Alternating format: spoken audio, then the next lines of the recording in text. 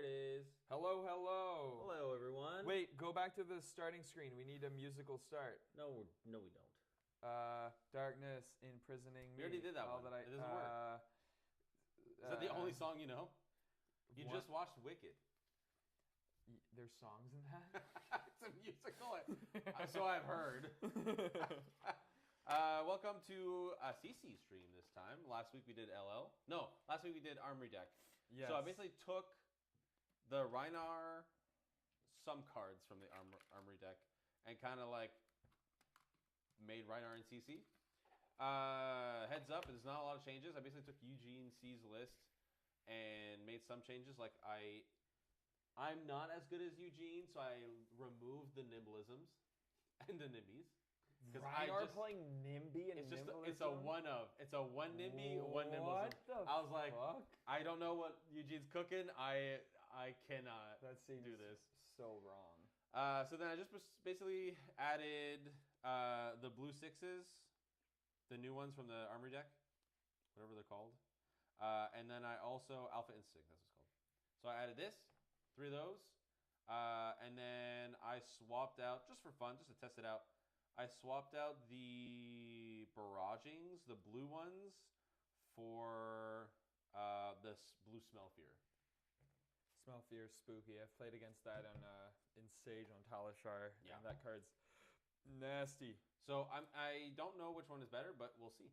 I think this has a higher roll, which is kind of the point of Rhinar. Yeah. So I am playing Katsu again. I'm torturing myself with playing the ninja once again, but I really do enjoy playing the deck, and this is different. The last version that I was playing was a Switchboard Kodachi and Edge of Autumn. This is purely Kodachi. So purely good. It's a more focused Kodachi list, which means less disruption. I don't know if that's good or bad against Rhinar. We'll see. I think Rhinar kind of wants to block. He can block pretty well. And he has a good fridge, so... I think for the most part, he wants his opponent to want to block. I think that's his best matchups. Yeah, exactly. And basically, this is like a lot more aggro, so there's going to be a lot less blocking. And I'm hoping that will be more in my favor. But I'm excited to try this new list. It's made by the same person who made the list that I was using before, TCG Talks. Which I heard he retired from content creation, but he's back. Basically, sometimes some people need to not be able to connect to the internet. Yeah, yep. Just like you just have your tantrum in your house, and then you wake up the next day and you're fine. Yeah. You know what I mean, you don't need to immortalize it on the internet. Basically, he started burning his bridges, and then he was like, maybe. He woke up the next day, he's like, wait a minute, I still like playing the game. It's like, oh, JK, never mind. So yeah. We were just talking off stream before that, the very real possibility that Prism might not be long for this world. Well, she's not long for this world. I literally just blinged her out. Yeah, I think she's got like maybe 3-4 months left, maybe. So we'll see. But either way, I have to start thinking about heroes to play post Prism, and Katsu's an option. Tirius, yo, hello. Oh, that's Verde. M. That's M. For whatever reason, now it's not showing your name. It's just showing your username. Oh, that's weird. Yeah, but that's M. Hello, M. Eterius. What's your government name? Can you provide your or at least your first name so we can refer to you as your first name? Government name and social security number also helps. Oh, that changes. JP, you got your hair down. You noticed? It's specifically to high roll. Play Levia. That's my username on Twitch. So weird. Yeah, maybe it's Did I swap them? No. Okay. No. That's weird. Because we're definitely on YouTube here. Did I accidentally click something? Whatever. It's fine. Fucking weird. We know who's in. Yeah, if other people show up. Okay, I guess these 3 buttons don't work. Apparently not. David Brennan, who's that? Who's that? David Brennan 1, 2, 3, 3. Is he on location today, or is he? Yes, he is. Because he was away in Halifax for a bit. He's on location. You know who I is? Yes, I do. Absolutely. Rhinar, my favorite hero. What? David said Rhinar. Love it. I mean, Levia's fun. I just like, so you want to run through basically the gist of what we just talked about, basically off stream. Right, yeah, just talking about like the heroes that we could see ourselves playing, but like, and as I was going to say with this and both with Sage as well, it's just a big question mark. Right now is a really, really weird time to be trying to make any sort of decision about like meta or who to play for RTN season, even though it's in like about a month or 2 months from now, because there's a big BNR happening in a couple of weeks. 15th, on the 15th, and then obviously with Compendium of Wraith coming out in what, end of January, early February? Okay, it's like mid-Feb. Mid-February. With that coming out, I think that's going to define Sage as a format, and right now we're just kind of like goofing around with some different decks and stuff. But yeah, for CC right now, I'm looking at Katsu, Gravy. Syndra's always an option. Like, I have the deck fully built. If you're feeling sleepy. If I'm feeling a little sleepy, yeah. You don't really want to think. I can play Syndra. Ira, Katsu, Gravy, and Vincent is another deck that really intrigues me. So it's funny because like for me, so like if the meta's super fast, I like Vincent over Levia, but if it's a little slower, I actually like Levia a lot. I found personally I've had more better games into like when I'm playing Levia, I do not want to play against an aggro deck ever. Yeah. I have no time to set up and have a good like a good turn or whatever. It's like the opposite of other brutes where they're like, I'm just gonna play Blood Rush and win. She can do that, but like her power turns are like you need to set up and have a good banish. She's definitely the most interesting brute. Oh yeah, she's my entry into brute. Me too. Like the first time I played Levia was against Prism. I was like, I love this. This has to someone else. I've been like playing Guardian into Prism for all this time, and then I borrowed Levia from you, and I was like, this is amazing. It was like you were playing Guardian into me when I didn't know how to play Prism, so like you were kicking my ass, and then I started learning the matchup, and then it felt unwinnable, and then you were like Levia, and it's like I don't do anything ever, and you're just awesome. Like you're just playing your deck as normal as you normally would. I finally play in ALS, and then you're like Scab Skins 4. Okay, awesome. To be fair, apparently I'm a god when it comes to Scab Skins. I've been playing RKO. I don't think I've rolled. I did roll a one time. Every other time, it's always 2 or 3 action points. Nice. I just kill her. It's fucking awesome. Atarius is the rando that found us. Well, thank you for keep coming back. That's awesome. That's what we love. I love always knowing what you fellas are talking about. Yes. Yep. Em's very tapped into fab culture. That better be a vegan gravy bones. They are, yes. It's vegan. It's made of mushrooms. Gravy is a mushroom guy, confirmed. Yes. Atirius, I'm with you. Prism matchups, awesome. I fucking hate it. It's one of my least favorite games of matchups in Flesh and Blood. I think that same night, I tried out Prism after against Azalea, and I combo turn 0. Yeah, it was at Brady's. Awesome. I was just like, I was having a great night. Okay, so let's focus on the game we're playing right now. I have like I'm playing like at a fucking RTN over here. Yeah. Gotta make it official, buddy. 5. That's not a high roll. That's a high roll. Oh Jesus. I think I want to go second normally, but I also don't want you to intimidate every card out of my hand and then I take a billion damage. So I think I'm going to go first, even if it's just Arsenal Pass. Dude, I want to play a Hexacore list with the new, like, flying high. Because then you just, like, Hexacore go again and then do your turn like normal. Oh, it's so good. Okay. I'm going to start with the Kodachi for 1.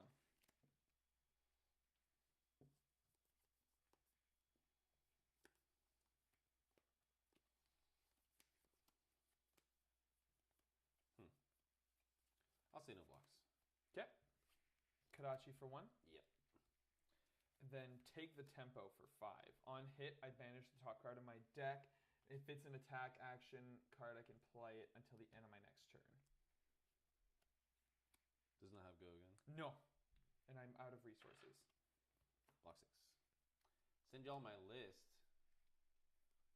Oh, okay. Fair enough. I have a graded cold foil Hexagore, so any chance I get to play it, I will. Pass.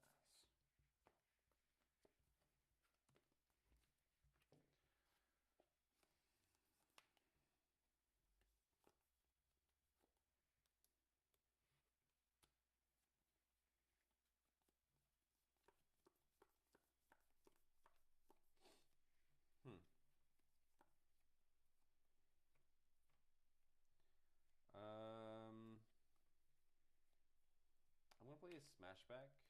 Okay. Creates an agility and a might token. Haven't seen that card in a minute. I know. I just got those in the mail Oh, that you like did? a week or two ago. Yeah, they're sick. Why do you got the cloudiest sleeves on them though? Because it's in theme. I don't know.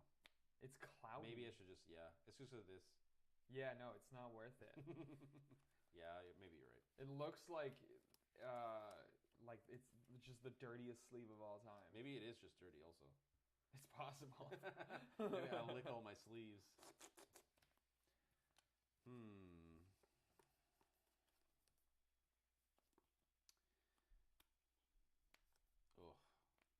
Eugene, show me your ways. I do not know what I'm supposed to do. I feel there's just like a setup obvious turn. Yeah, maybe I just do that. Come in for 6. And what's the text on that? Nothing. If it has 6 or more, there's a card with 6 or more damage in your position on this guy's go again. That's pretty freaking good though. Yeah, the card's Good. busted.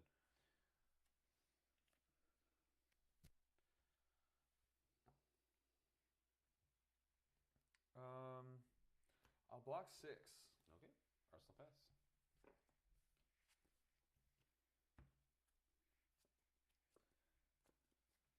Seven. Classic E-strike move, a 2-card 7. 6, 7. Nope. What do you mean? Nope. The parade ruined it. Oh, I heard that was crazy. Oh my goodness! Every single so I went to the Christmas parade here on Main Street where we're from, and the first time it happened was at float number 67. So it was funny. There was a mascot that just did the gesture, and I was like, haha, I get it. But then I'm hip.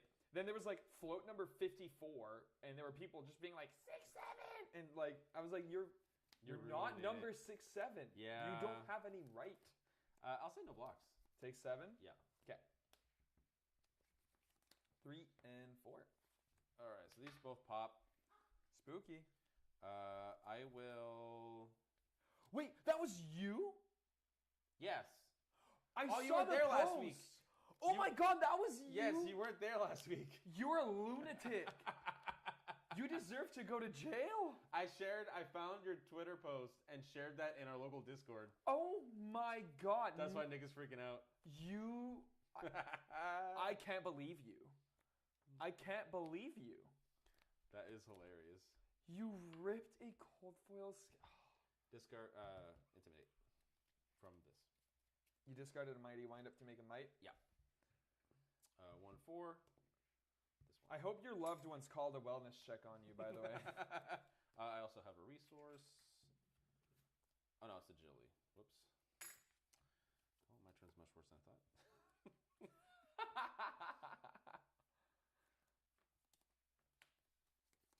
Show strength for 9. Go again.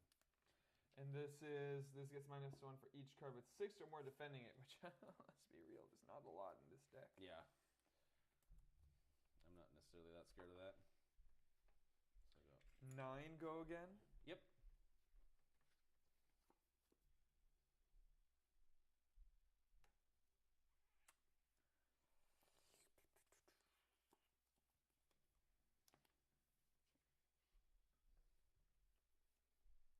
David, check your Discord messages.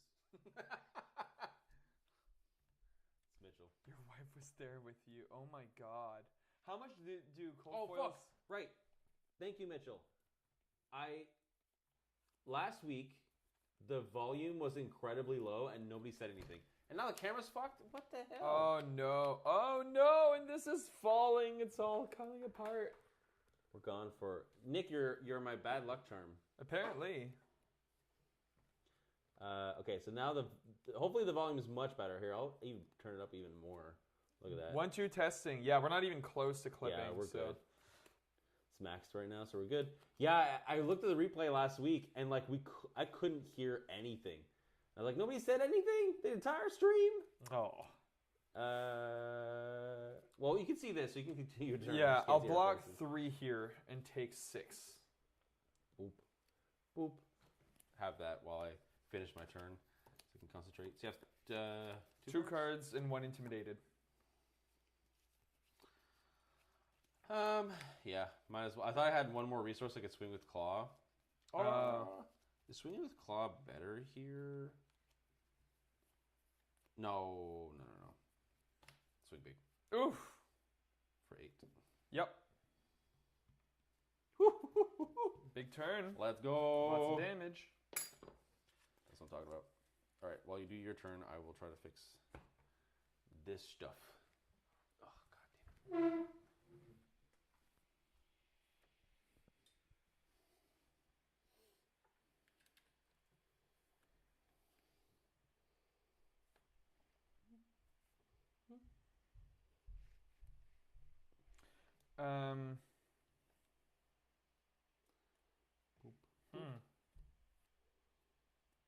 Is it working now?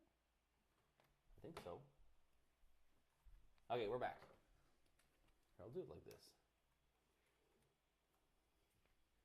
I'll start with just a 1 go again. 1.2k. Fucking Christ. That's for the cold. That's insane. Perfect face cams right now. The volume was fine for you? Oh, weird.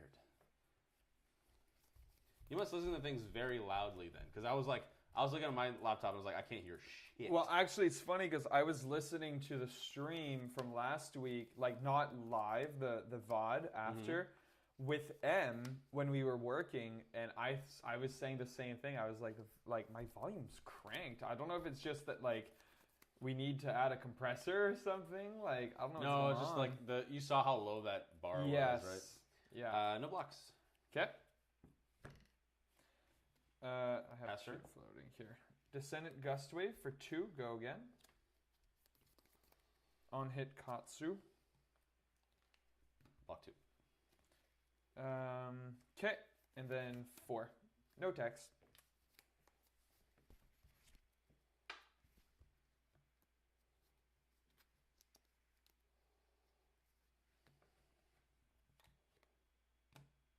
You can't block with that, silly. Oh, mother of God. Those brute pearls. No go again, right? No go again. I could give it go again if it hits. You're right. With Luftreiterstiefel. It sounds like not a real word. I blare music in my car, so I need things louder. Luftreiterstiefel. Fair enough. I also have tinnitus. No blocks. Take 4? Yeah. That's it.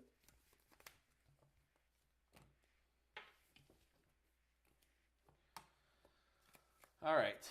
Might pops. Yeah, I guess we're fine either way. Blood rush. Oh. That one. Woo! Oh my god. All right, so I lose 1. Put the wild ride back in my hand. I'm so fucking dead. Rhinar. 1/4. Yep. Oh. That was a Scabskins roll? That was a scab. No, that wasn't. So I'll draw 2 from this. Jesus. So I got 1 floating from that.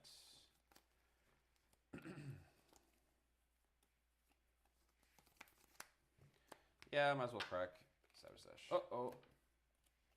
Big power. So then I will come in.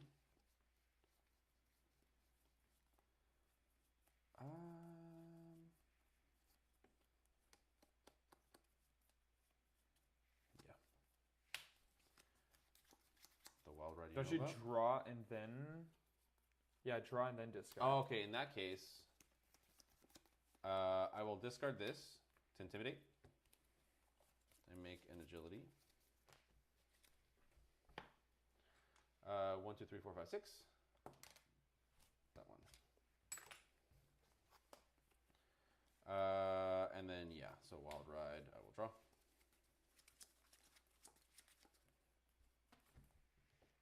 This one right here. Oh, look at that. Give me a resource. Thank you. Oh my god. Sorry. I did spend it from this, so then there you go. Intimidate. 2, 3, 4, 5, 6. This one. All right. So this is coming in for 6, 7, 8, 9. Go again. Yep. Let's see here. All right. I'll close the comment chain just to clean it up. I do have one floating.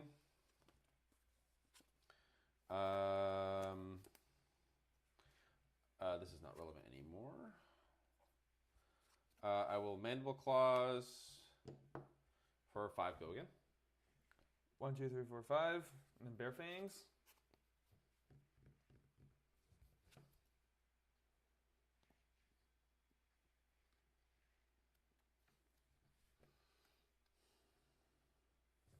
Yeah, there's no way for me to get an extra resource. I'm off by 1. This is what I drew from Wild Ride, by the way. Like, the turn was perfect. Yeah, I guess Bear Fangs is just correct. Well, then I intimidate this anyway, so... Well, we don't know. See? Oh, my goodness, I don't. No. So it's just for 6, 7, 8? Yeah. 1, 2, 3, 4, 5, 6, 7, 8. This, I just can never not be... Like, even in Eugene's finals, I don't know if you saw that, he just got... he got a Beast Within, and it got 2 Blood Rushes and an eye. Oh my god, really? Yeah, so... All right, I'm so excited to see a Enlightened Strike off the top. No, it's just the Surging Strikes I've been looking for 10,000 years. That's rough, buddy. Oh my goodness. Just get lucky like me. 100 wins for 3. Go again. Isn't it? Oh, it is getting... It's a yellow.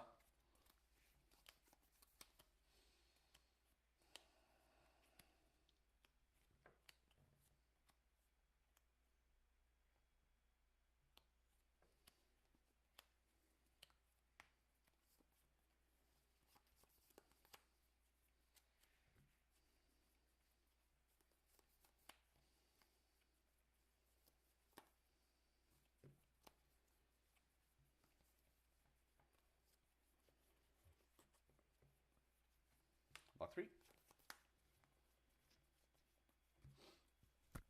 I should have blocked with Breaking Scales. Yeah.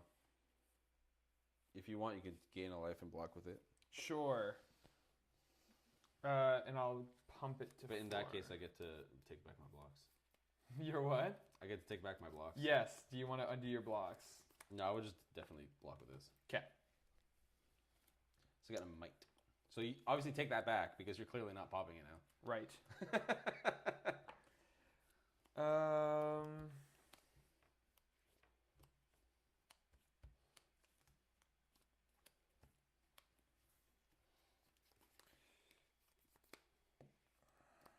Hold up. 5. Go again.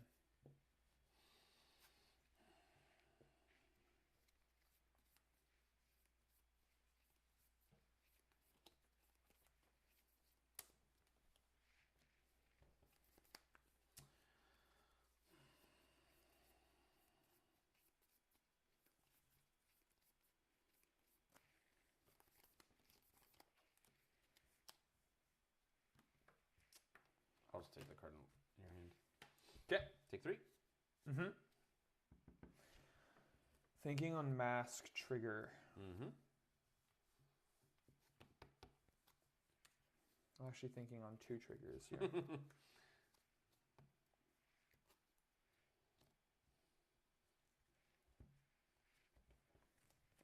I think I'm just dead. And Katsu trigger as well, right?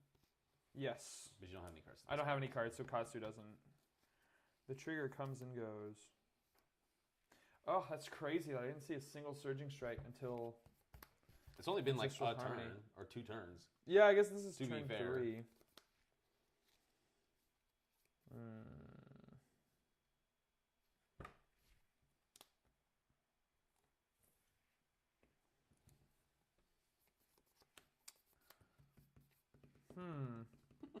You looking in chat for help? It's ancestral.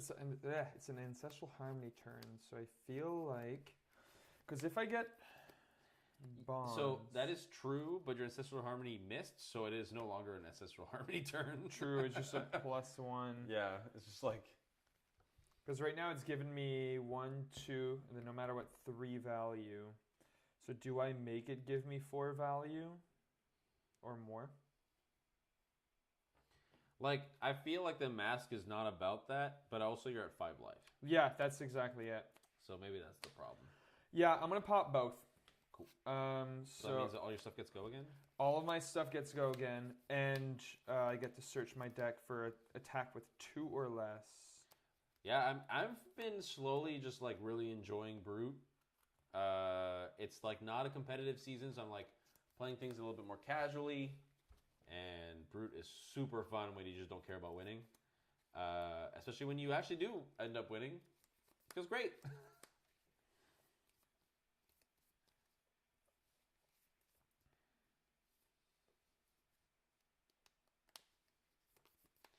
Man, I know you're saying about you're talking about PQ and RTN and stuff, but I'm still thinking about Blitz, this upcoming skirmish season.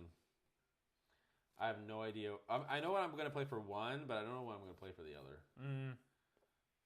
Like one of them is literally just gonna be like, I just want to play my shiny cards while I can. While the other one is gonna be me trying to get that Marvel. Yeah, the Marvel's so nice. The Marvel Bravo for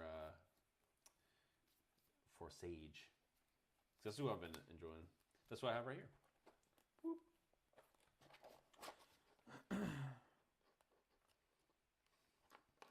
Nick's over there contemplating life. Yeah, apparently. What's funny is that I got... Where is it? Jesus. What? Oh, there it is. What's funny is I got this Shellman from a gem pack. It was like fate. Oh, really? Yeah. Yeah, so Brute is on my list of heroes to play in Blitz, and Leviah is there. I remember Vincent feeling pretty freaking good when I was playing Blitz a little bit. Like Vincent felt great, and that was before like a few of the like newer cards came out. So I might do that.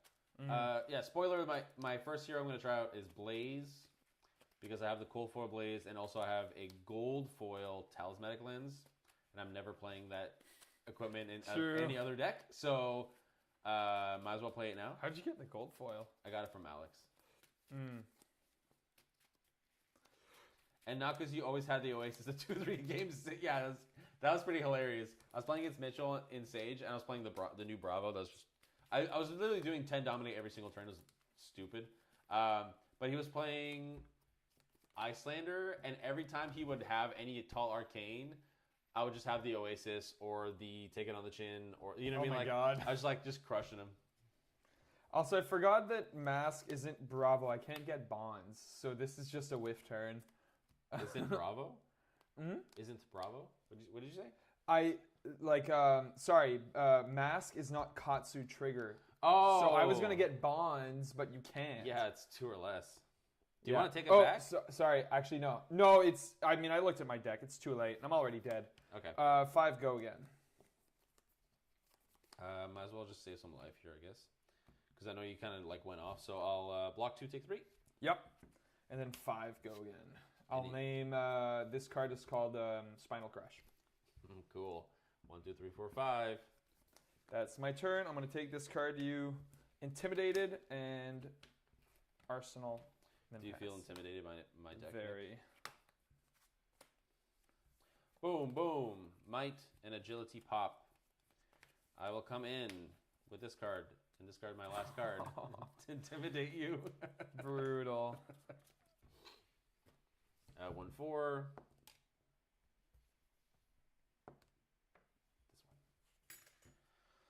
So then, Beast Within trigger. There's a 6. It goes in my hand. I will lose a life. What card was it? Splatter Skull. Okay. So this comes in for 6. Oh, hang on.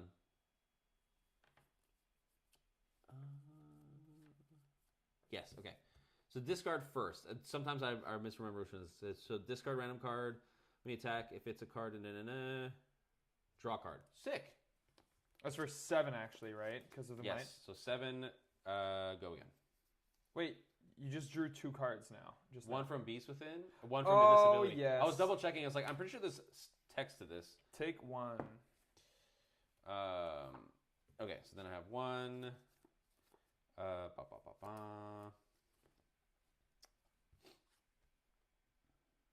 Yeah, just come in with Splatter Skull. 6. On hit, I destroy the banished card. What's this? Your intimidated card.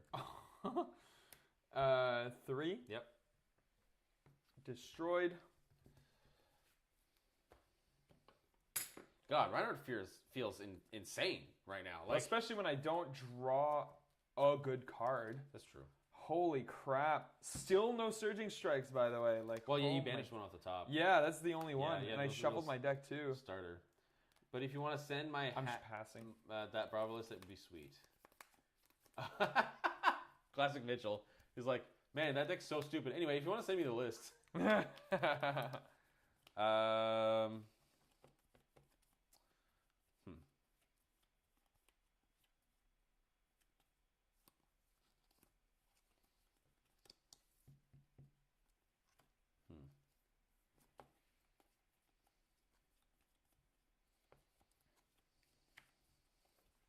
Five, go again.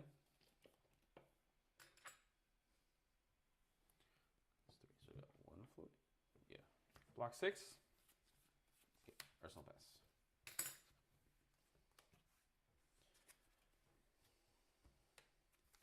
Kadachi. For 1.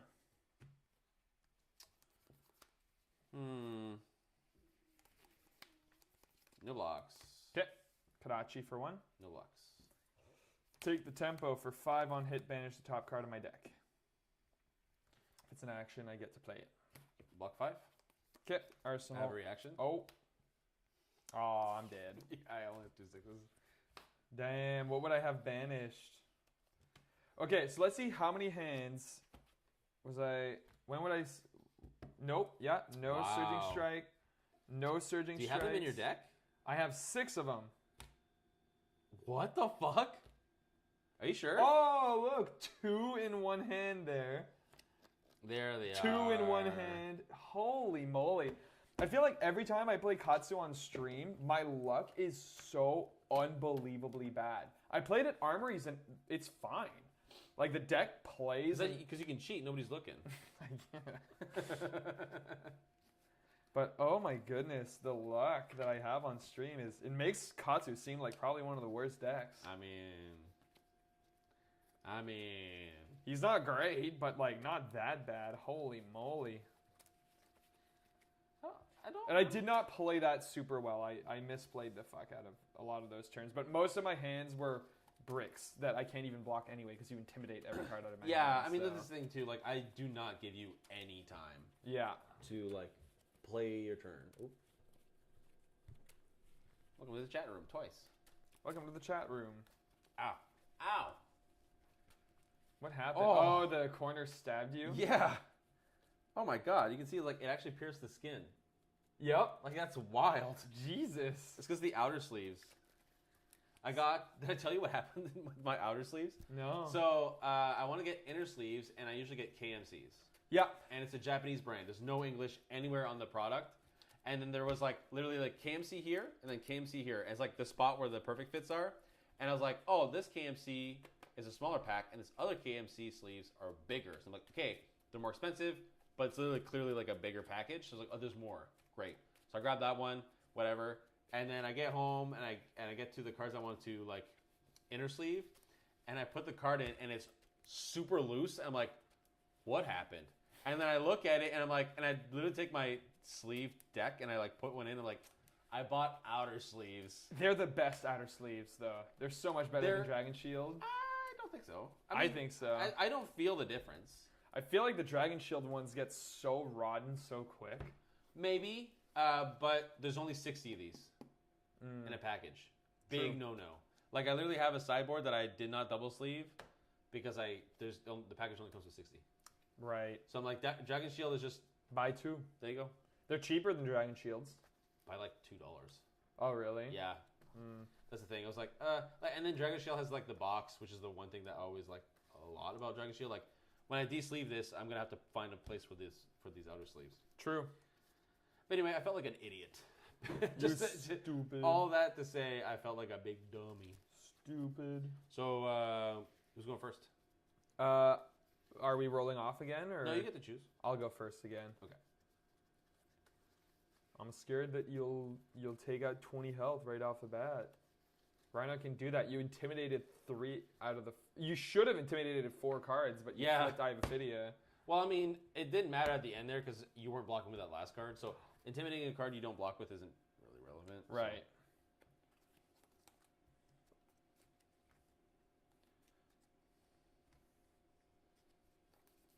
So. 1. 41.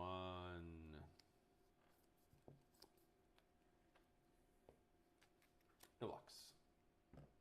1. No blocks.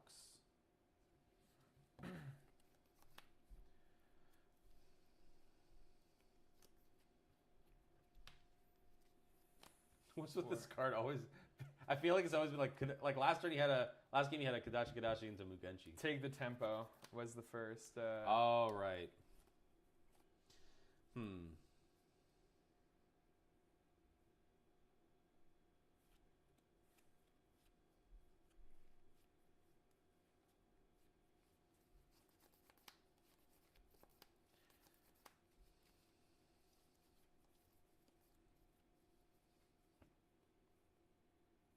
I'll block 3.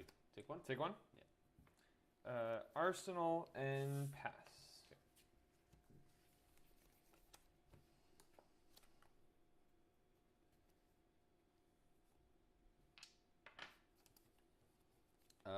I will discard a Mighty Windup, which will intimidate. Oh. 1/4. That one. Oops. Damn it.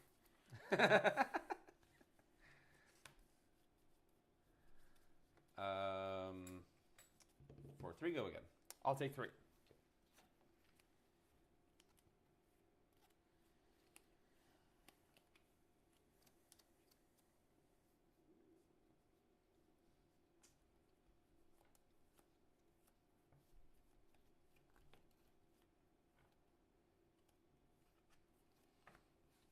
I'll roll scabs. Nothing happens. Scrub it from the record. So discard, intimidate again. So 1, 2, 3, 4, 5, 6. That one.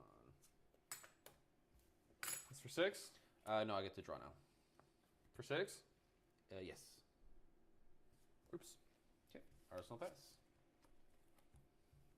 I'm just realizing this is a Welcome to Wraith battle. Yeah. I almost put that in the title, and I was like, I don't know if people care.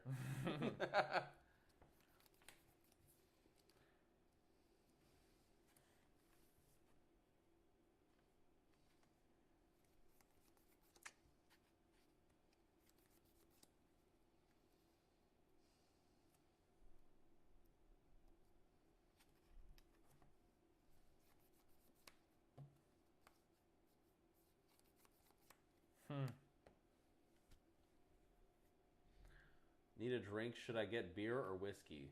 Whiskey. Depends on... Whiskey. Depends on the beer, I would say. This is a tricky dicky hand. Dicky? Dicky. Dicky these nuts.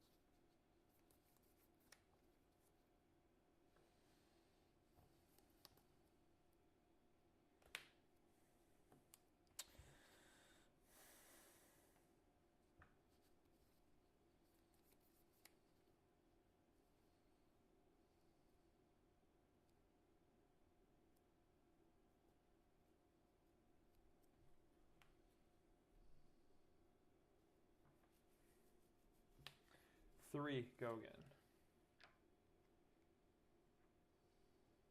Was that from Arsenal? Yeah.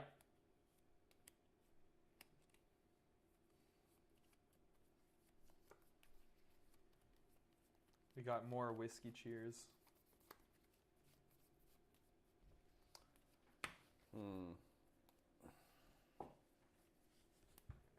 Looks like LSS is doubling down on banning ProQuest winners from playing multiple. David, you're trying to entice. You're trying to stir the pot here in the chat. It's not the time. We can talk about it after, when people can tune out.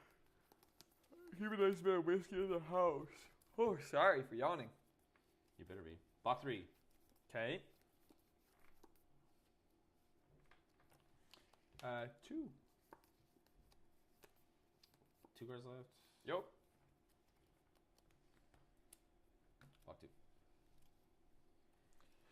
Take the tempo. If you've hit 3 more times with this, which you did not, so there's no text. No text. So I guess, yeah, no on hit. I'll say no blocks. Okay. Arsenal and pass.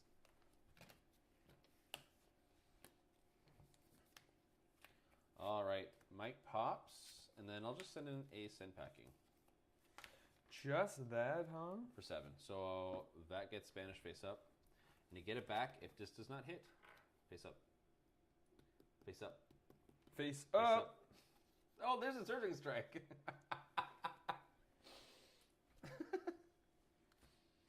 I'll give you 7 here. Okay, so you get it back in your hand. All Arsenal and pass. Boop, boop, boop, boop.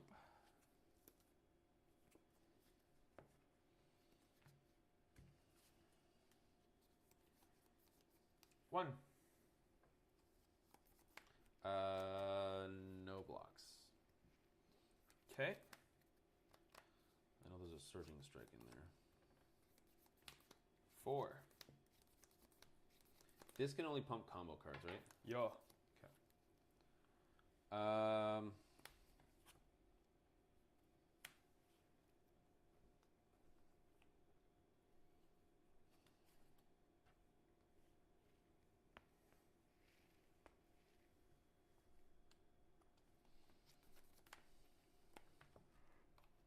Block 4. 2. On hit, I draw.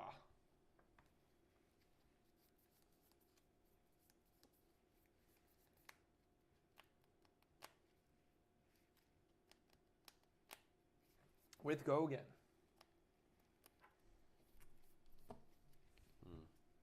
Nothing floating.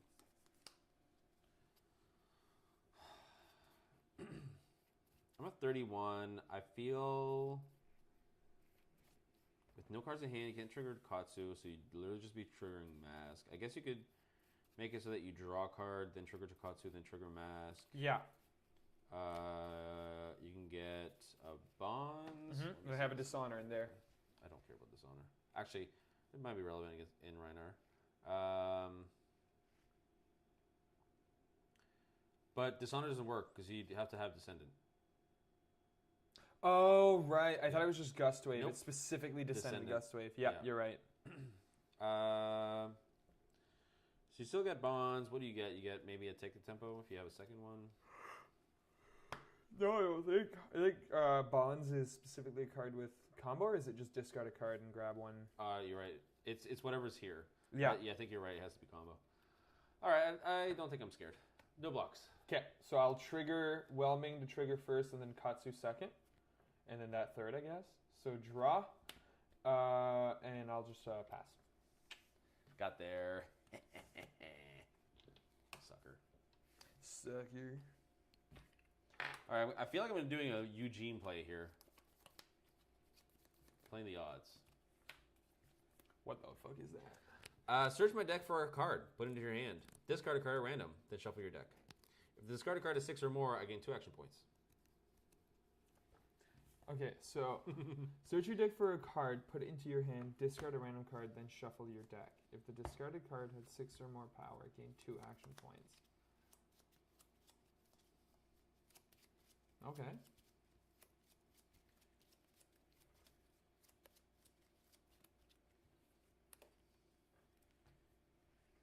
That one. Okay. So intimidate. I have 2 action points. One is used by itself because it doesn't have go again, right? It doesn't matter. It gives me 2 action points.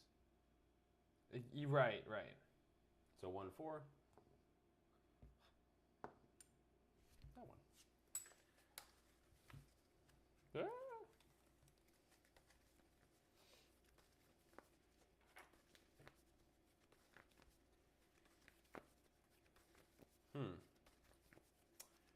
Where do I go from here? Eugene.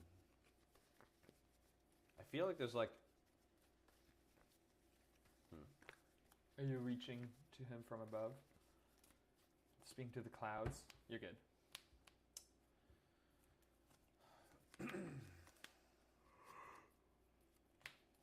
Uh-oh.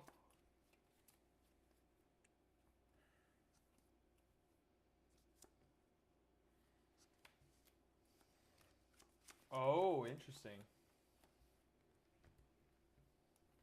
Oh my fucking god. Unbelievable. That's why. Okay, so then Intimidate. So that's what I was hoping. So I had this in my hand when I did the sand sketch. I was like, okay, the perfect out is I do that and then I'm good for my turn. Yeah. 1, 2, 3, 4, 5, 6. 1. So then trigger. Beast Within. So we'll lose a life. Which card is it? Reckless Stampede. It's the one that we clash every time you block with a card, and whoever loses a life. Right. So then I'll draw from Blood Rush. And just like that, he has 4 cards in hand. Yep, and you have 2. Unreal. Um. 2 action points. Wow. It's gonna be a scary turn. I really did do the Eugene there. You have no idea how Eugene that was. Holy fuck, that's insane. How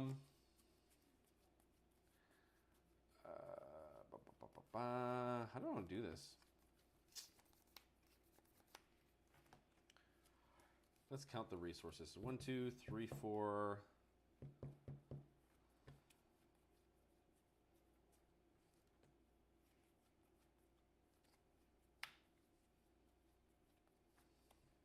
Five go again. 1, 2, 3, 4, 5. 5 go again. 1, 2, 3, 4, 5.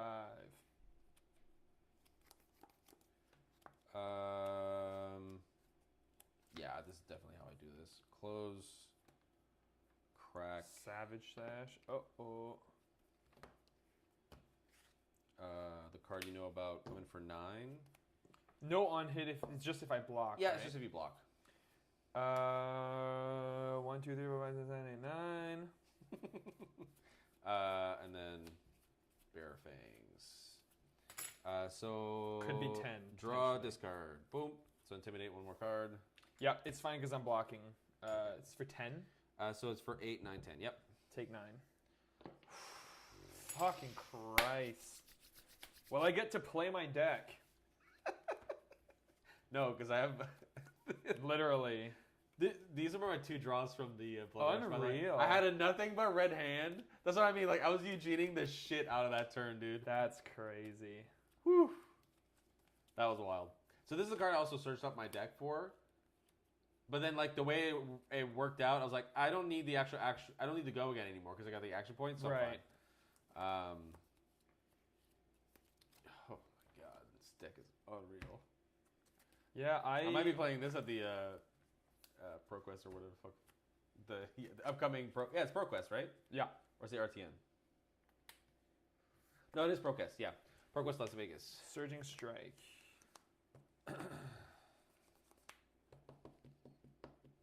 This is the problem. So this is any hit, right?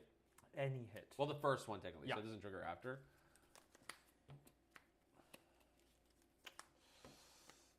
$28 is dangerous. You have 2 cards or 3? 3. The correct way to play Brute. I agree. That felt great. So if I block 6 here.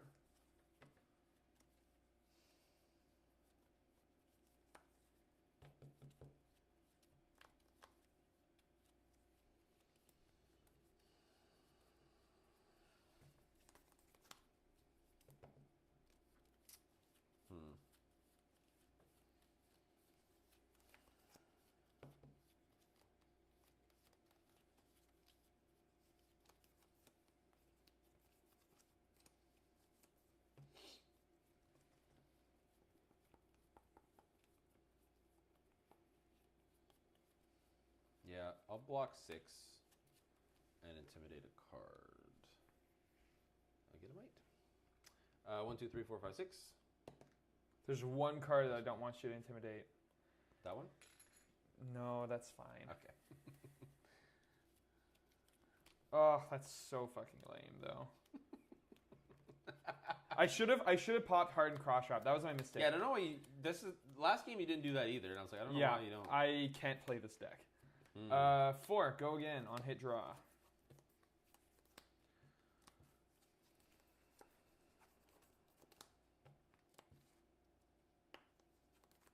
That was the card I really did not want you to intimidate because I just had a nothing turn. Yeah. Your turn can be still pretty good.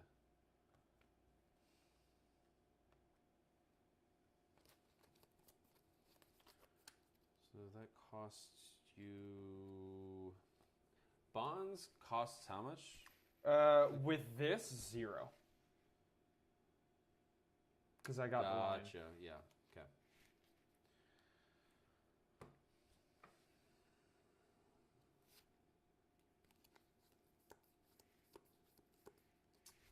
Yeah, I'll say no blocks. Okay, so couple triggers. I'll start with Whelming Gust Wave. Yeah, makes sense.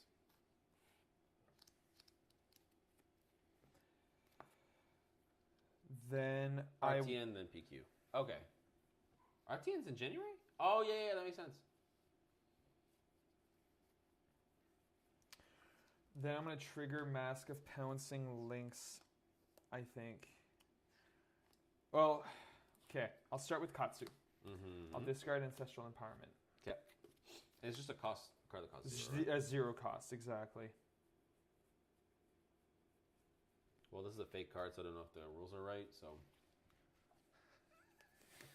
There's a real Katsu here. Oh, I actually bought one of those from Temu a few days ago. Nice. I can't wait to see how it looks like when it comes in. If I got scammed or not. It should be the exact same as that. Well, there's a bunch of them from different companies, so I wasn't sure which one was correct. So I'm not going to shuffle yet because I'm likely drawing from this. I'm just looking at bonds to see what would even be my target. Shuffle before you draw. Oh, you mean search from this? Yeah, you're right. Yeah. You said draw. I was like, you probably should shuffle before you draw. True. So you're getting bonds. Squeeze my reach.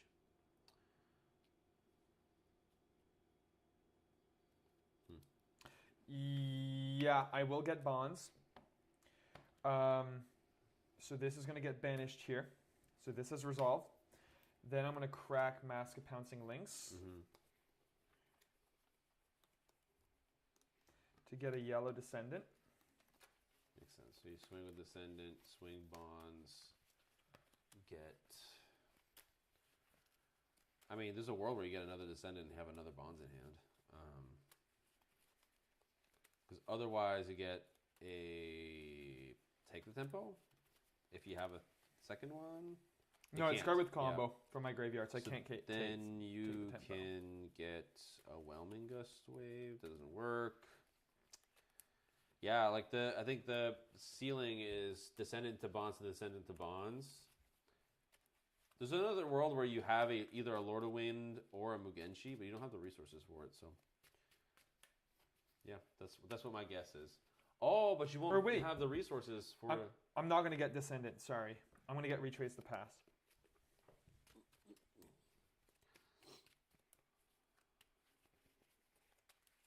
Yeah, okay, so then you have the resources. I was literally going to say you don't have the resources to do that double turn I was telling you about. But then now you can do this, name Descendant, then do that, and you have enough resources to do a Descendant bonds turn. All right, I wish it was that good. Okay, well. I mean, I had some faith in you. All right, so that has resolved. You can continue your turn. Yes. Okay, so now I'm going to play Retrace. For 4, go again. I'm going to name this Descendant Gust Wave. Yeah, no blocks. Okay. Bonds. That's the thing with Katsu. Like, once he's done all the little on-hit triggers, like, I'm far less scared. Because then you're like, you know Dishonor doesn't work, right? Yes, it does. This is Descendant Gust Wave. Surging Strike, Descendant, Bonds, Dishonor. I'm 99% sure you have to have it in a row. No, if you control Surging Strike, Descending Gust Wave, and Bonds of Ancestry, that hero loses all abilities for the rest of the game. Okay. Never mind then. I'm going to double check it when you attack with it. But yes. Because I remember like every time there was a new card, like this sword for Katsu like freaks out and someone's like, you need it. You need specific cards. And they're like, oh, right. Never mind. Yeah. Every time. Okay, so 4 go again. Yeah. I'm going to break my Breeze Raider boots to give all my cards with combo go again. 4 go again. On hit, you lose your hero tags.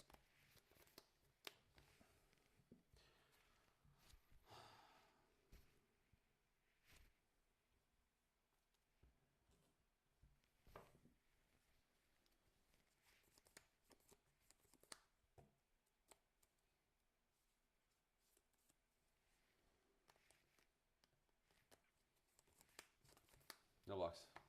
Okay. You no longer have hero attacks. So you have a second bonds, dishonor in hand. That's why I'm not fucking. I can't block both. 1 and 4.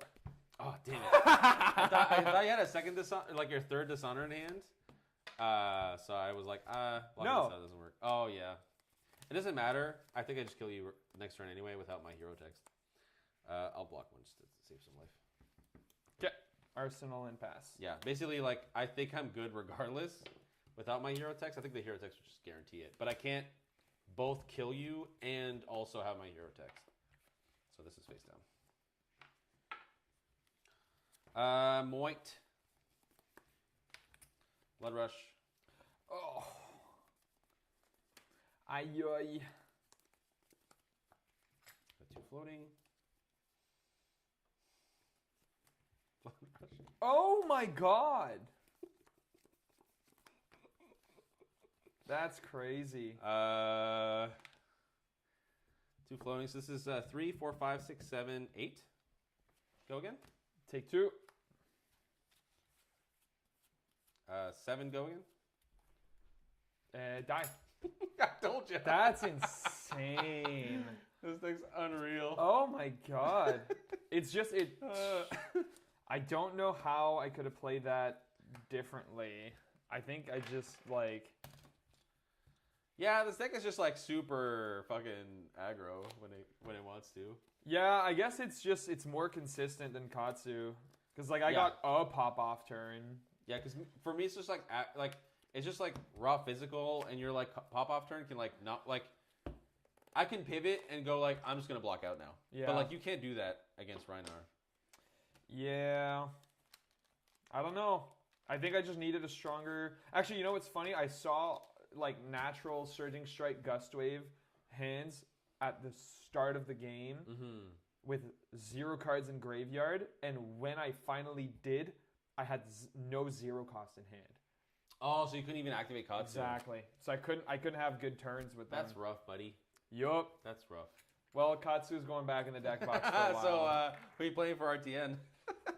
Probably Prism. Yeah, sorry, I meant PQ. Oh, PQ. So it's Katsu still on that list, or well, Compendium's coming out for PQ. So. Yeah, he is really close. He just needs one more Gust Wave. One more Gust Wave. The 5th one's the charm. Yeah, I'm curious if any Katsu players end up watching this, telling me how I know I butchered the first game, but the second game I felt like I was playing my hands correctly. I mean, how many turns was that too? Like that's the thing that I think you're probably not keeping in mind is that like most Flesh and Blood games, you'll be able to see like maybe like 60% of your deck. Yeah. But like you didn't even see half. That's true. So like if your Surgeons or all your good cards are like not in the top half of your deck, you just lose. Yeah, but they were, and I still lost. I think you saw all 3 Blood Rushes. That's why I lost. Well, yeah, one was into another one. Yeah. Literally, it was like just top deck. What time is it? It is 8:35. We've been going for like an hour. Hour exactly. Do you want to play a Silver Age? Yes. Game? I'll be honest with the stream here. I am mega disinterested in CC. I think I've never been less interested in the format. You need to play an off-meta deck. Silver Age is what it's all about. I'm so thrilled for Silver Age. I'm just saying that, but wait until you play against my Bravo. I've played against Bravos, and it was a wild ride. 65 minutes to be precise. Oh, it's more than an hour? We're fine. We can end stream now. according to YouTube. So I have 2 Sage decks. Yeah. I want to try playing the deck that I just built. Do it. Icelander. Nice. I think only Mitchell knows about this. He's the only one that I yapped about because it's his list. Yeah, I have no idea what I'm doing. I haven't played Icelander in like 3 years, so bear with me. Okay, so let me sideboard. So this, I'm not going to forget my AB like I did on my last recorded stream. Mitch, do I play my Ironhide stuff since I'm playing against Bravo? Is that the idea? You want blocks. Yeah, that's what I'm thinking. I thought I heard rustling, so I was like, is David just rushing over here to see some live action Icelander gameplay? Well, clearly you don't watch our YouTube channel because we posted Sage Icelander gameplay already. Yes. Jeez, Nicholas. If JP had it every time versus you, Nick, he is cheating. If JP has it every time versus you, Nick, he's cheating. That's funny. Well, I don't even know what I take in or out. Because I think this is 46 cards, and I have to take out... It's always full naming you. Only when I'm disappointed. It's always full naming you. Who's full naming me? Me. Oh, you. Oh, there's a cloud behind you. That tripped me out. Well, I'm definitely taking this out. Definitely taking this out. Do you want me to DM you, Nick? DM me? Yeah, sure. This is just a collusion. DM me. I'm going on Discord right now. Get scolded. Get scolded. Tell me what to do, Mitchell. He doesn't know. He also lost to me with this deck, so. Oh, yeah. You're not 20. You're at 18? 18. Oh, I also have to change the heroes. Oh, my God. Huh. You get a closer look to me. Hello, chat. You have 2 hats. I have 2 hats? Oops. Whoopsie. I don't know what the hell I was thinking about there. You're paying Icelanda, and I'm playing Berber. Hi. The cutest little cloud is just staring at us right now through the door, scratching at the door.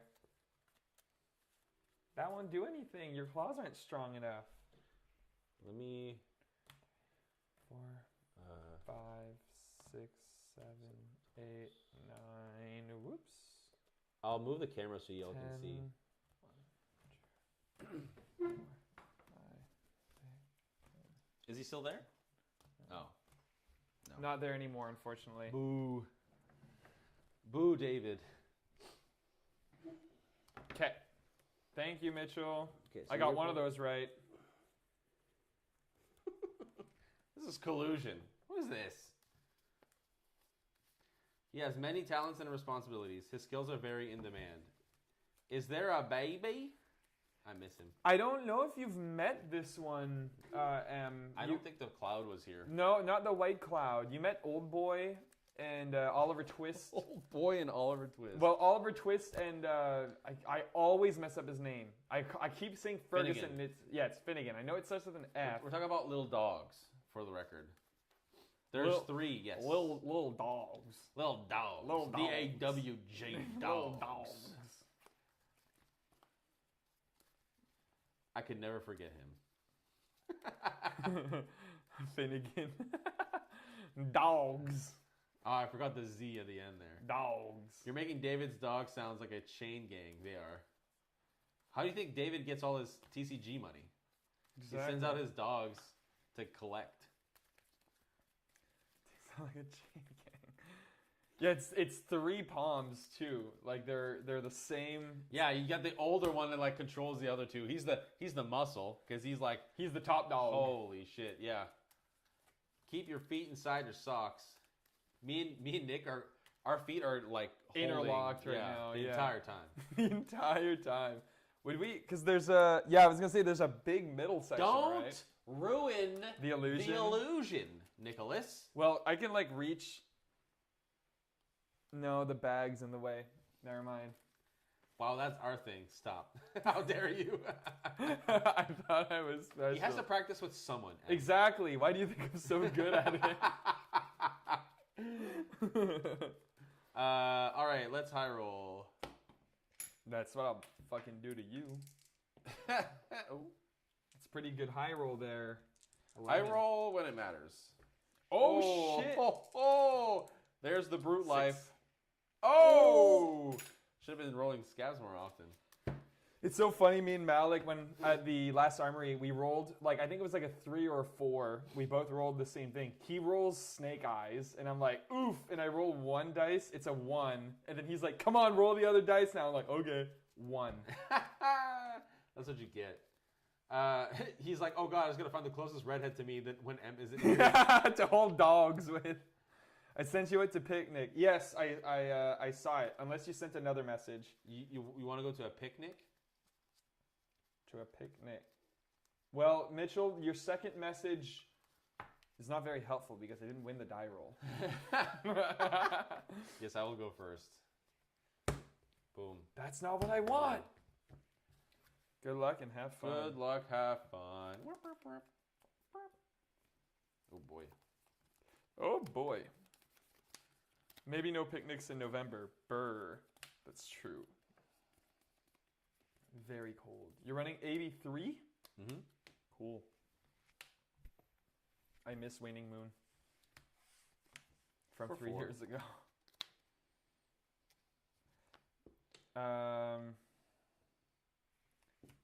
4, and I'll gain 1.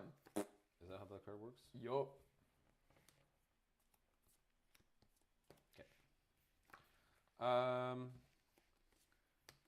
Been the best turn 0 ever, you punk. I made you gain a life. I suck.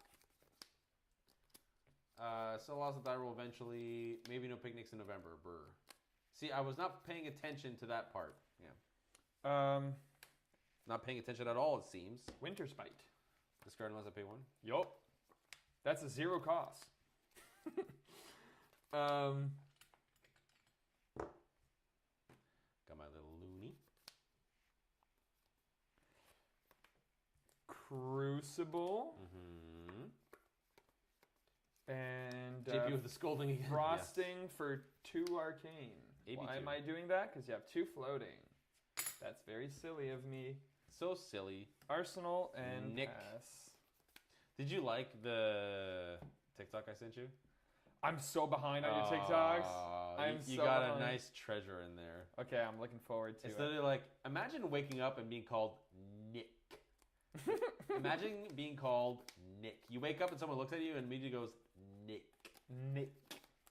Activate Bravo. Okay, I have a reaction. What? Cold Snap. What does that do? Cold Snap is you pay. Freeze a card in my arsenal? Yup, exactly. Unless I pay 1. And this is ice, so you get a little frostbite. C'est froid. And I'll draw a card because it was played from Arsenal. I will not pay, so this is frozen. Okay. This resolves? Yup.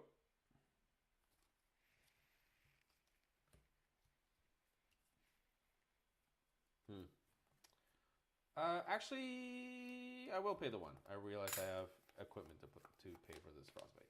Okay. So then I will turn this face up. So this costs 4. Currently 5. Do I want a deep blue? Yeah, why not? Deep blue. Get this frostbite out of here. Get it out. Put this card at the bottom. Gain 3 more resources, which goes to 5.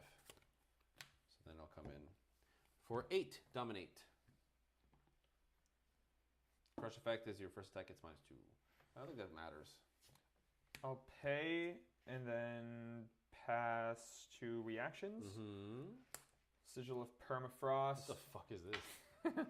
There's no point in me fusing it because I don't think there's any way for me to deal arcane damage to you on your own turn. So you're blocking 6? Yeah, exactly. Take 2. Ow, ow. All right, you stopped me from my loop, so already you're very ahead.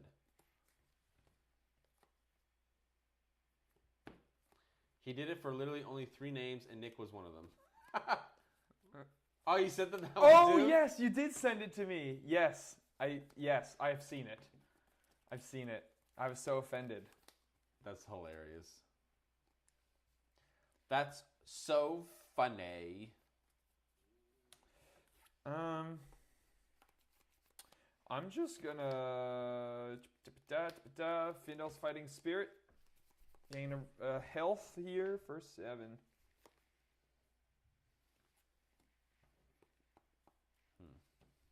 Well, you don't have that many physicals, so I might as well get this in when I can. That's what you think. Damn, Nick even playing the secret tech. Yeah, I built your list the way you sent it. The way God intended. Yeah, I'll block 4, take 3. Yep. Can't gain from Fiendel anymore. Nope. Sucker. I think I'm out. I have 2 in deck. Oh, that's true. I forgot we're playing a low format thing, whatever it's called. You got this. I got that girl. Yeah. Well, actually, I have a card. Yeah, so I'll just do this. Come in for 4. Thinking.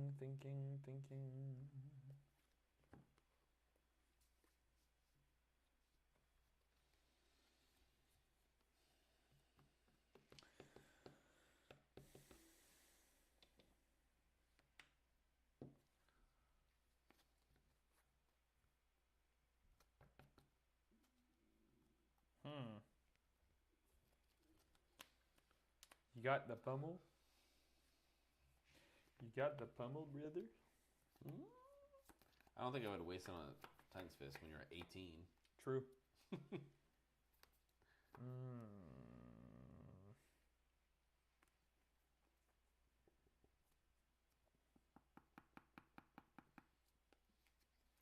Oh, okay. So if I want to play this...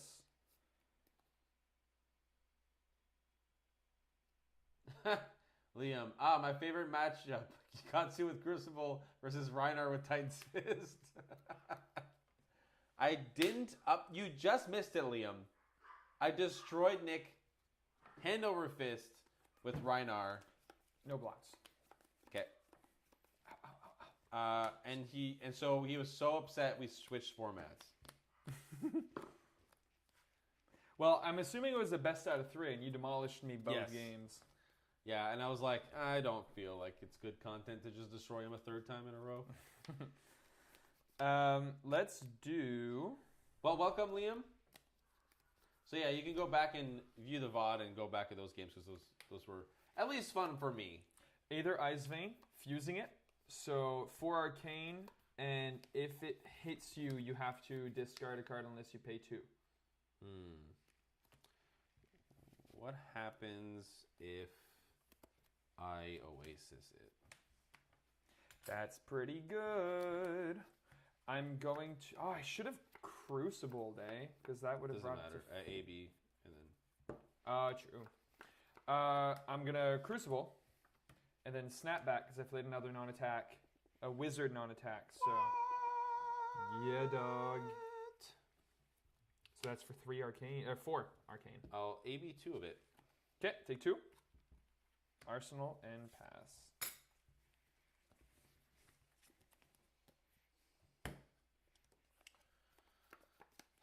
Activate Bravo. Okay, I have no reaction. 10 Dominate. If he deals 4 more damage, put a -1 counter on an equipment you control. Oh no! That's 10. I think I have. I don't know what happened. I think I have. Yeah, I do. Okay. This is for the people at home. Dominate. Oh, that's brutal. This deck snowballs. Like man. I want to I like it. block. You're the ice deck, but I snowball.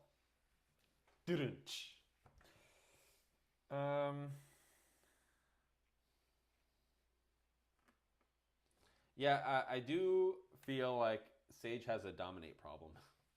It's funny because like in all formats, I'm just living life. Like LL is the place for Runeblade. Yeah. Sage is a place for Guardian. CC is for literally like you want to play Aggro. Yeah, well, like I'm playing Verdance. I'm enjoying Verdance. I'm having a hell of a time with Brute in general. So you're blocking 5? 5. Take 5. You're gonna put a -1 on bitch. They both don't matter. What does this do though?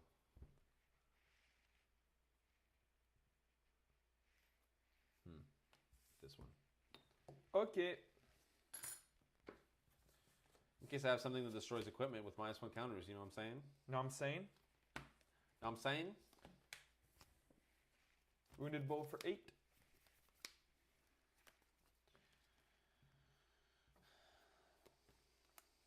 Block 6. Take 2. Yep. Arsenal and pass. Oh shit. For 4. I have a reaction. You have 1 card. Mm-hmm.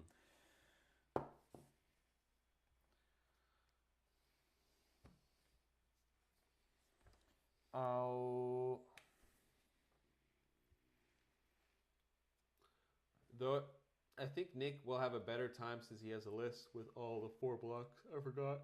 Oh, that's so stupid. It existed a couple weeks ago. Fair enough. Why is this here? You want to share with the class? Oh, that's so unfortunate. Brain freeze. I'll show you my hand. Yup. Yeah, it's not a cost 0 because Just the card Guardian I'm gonna don't dominate have next fucking turn. any of these. You don't even pitch for that. What am I saying? This is the second time you've done this. Hold up. Because it's blue and it blocks 3. Yup. Makes sense. I should have read the card.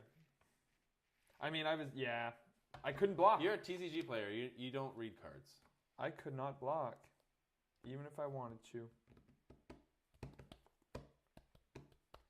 Is it even an ice card? No. I'll block 3, I guess. Okay, take 1. Yep. No matter what, you're blocking 1 card, buddy. It's either my weapon or other stuff.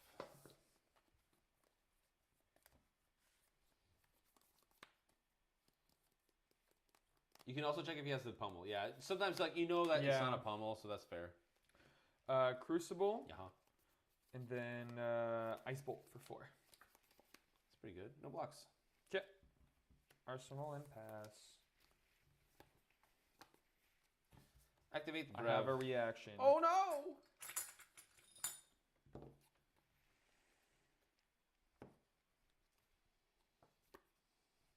Is this an instant or action? Instant. Destroy this. The next card you play. Okay. Ice Eternal. Ooh. So before I pay for that, actually, I'm going to spell Fire Cloak to gain a resource. Yep. And then pitch 6. Well, 6 in total, so X will be 3. I'll fuse it. So I'll create 3 Frostbites under your control and deal It's 3. X twice, isn't it? Exactly, so I'm pitching 6. What's a yellow, isn't it? And spell Fire Cloak. Oh, okay. Yeah. So you make 3, and then 3 arcane coming my way. Yes. So then this costs 7. Yeah, that's fine. Take 3. That's it. Okay. I don't got Waning Moon. True. 10 dominate. Your stuff cannot gain attack, as we know that you tend to do. Block 3, take 7, go to 1. Arsenal pass. And I'll do the same. Ball. God, not having Waning Moon makes this deck so dirtily. Yeah. I can't. I do wonder if anything. they do like a Waning Moon, but it only costs. Because like I'm why I playing my started there. blue, and then it's just like nothing. Half my stuff is elemental. It's not even ice. It's not like it really punishes you. Uh-oh. Man, Sage looks fun.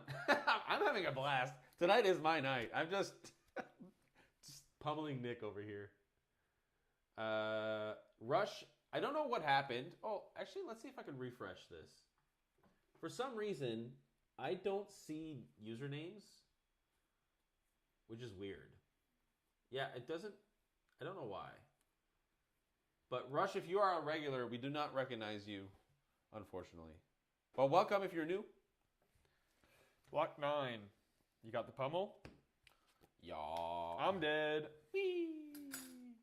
I also had another one. Oh my I god. had two. Yeah, this feels pretty like I don't know. Are you excited for Sage now? I am. This is a lot. This is a lot of fun. But I see what you're talking about with like everything has dominate into a deck that wants to block like a lot. This just is like pretty hopeless. Every deck that I played against has felt hopeless.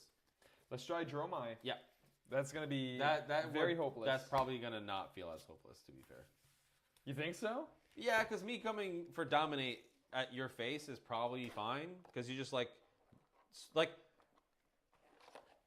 all of those turns. If you just come in and deal 3 to me every turn, True. you know, like so.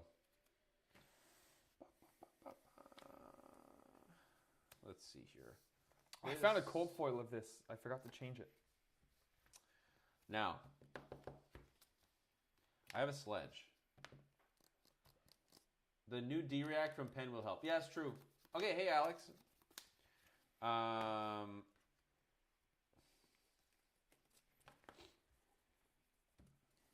Okay, so I don't know. I'm still thinking on whether or not I bring in Sledge. I feel like that's crazy.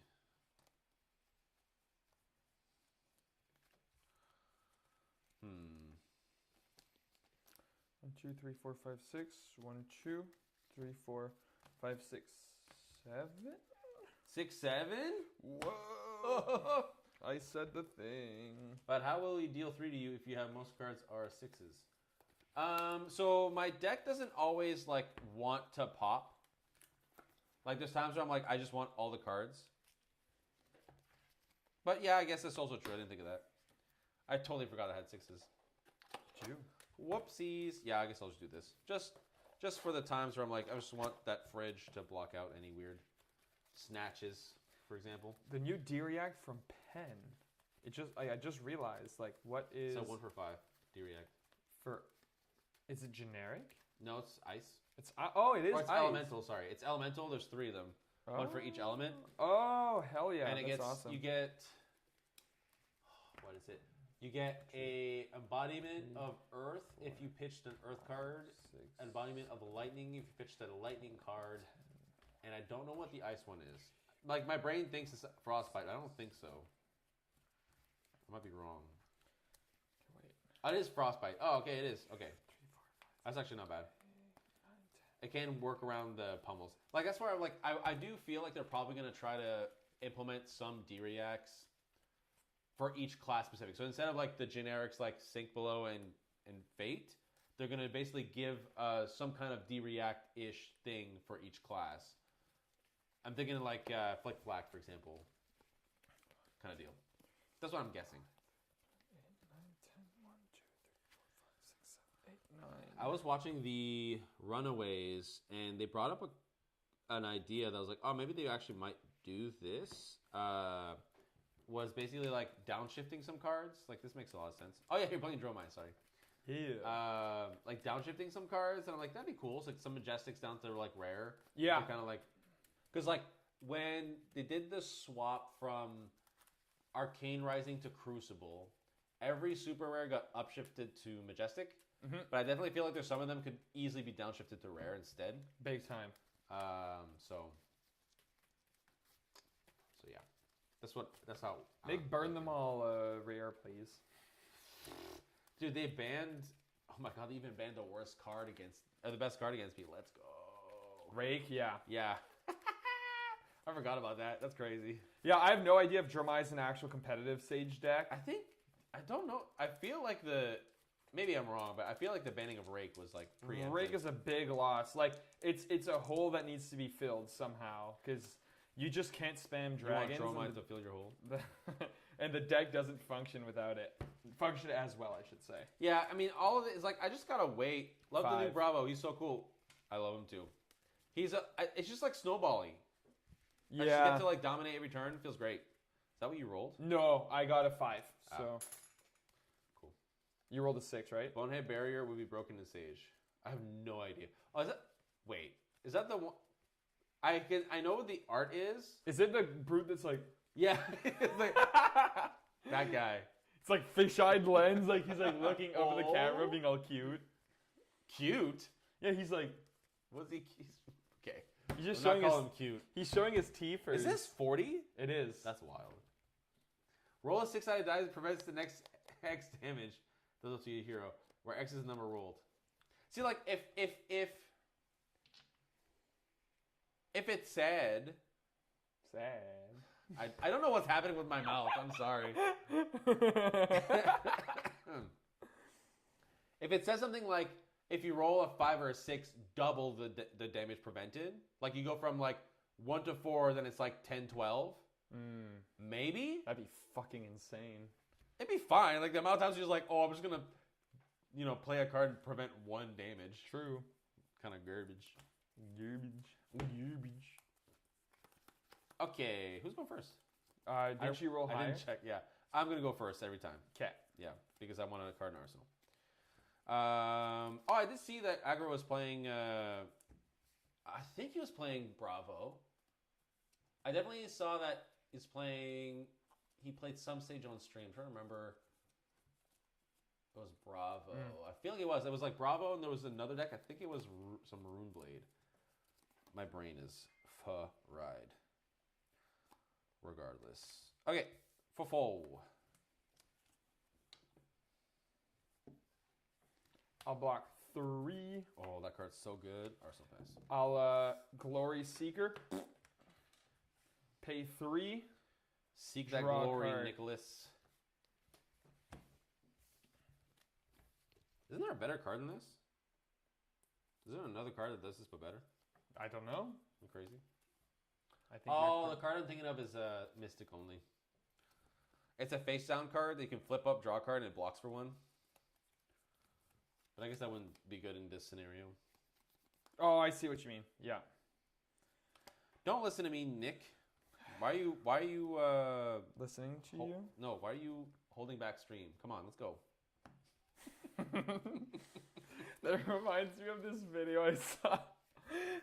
Oh my god. It was someone filming behind, like, it was a student driver that was right at the light. He was the first car at the satellites, and he was right behind it filming him, and it said, like, student driver, and then the moment the light turned green, he fucking slams the horn, and it's like a Snapchat video that reads, like, light couldn't be any greener, buddy. Oh my god. I remember in high school when people were doing their tests for their driving test, they would learn when it was, like the time, and then they would go to the school and wait.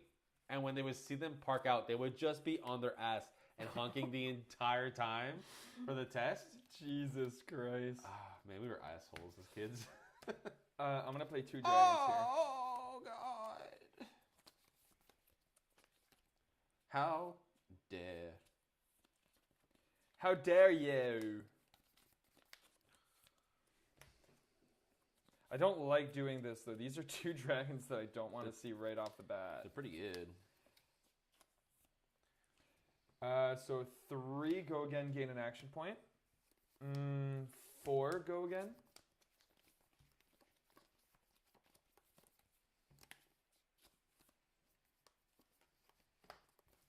I think I want to keep my equipment for the potential snatches, so I'll just take the 4.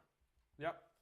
1 arcane and 2 physical. Go again. The arcane. I do not want to deal with arcane, so I will take care of that.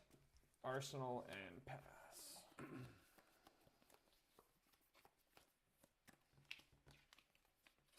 I do love that Agroblaze shows up, puts 1 message in chat, and then never talks again. I'll activate Bravo. Yeah. Choke slam. Choke slam. 10 dominate. Your things cannot gain attack. Boom. Boom.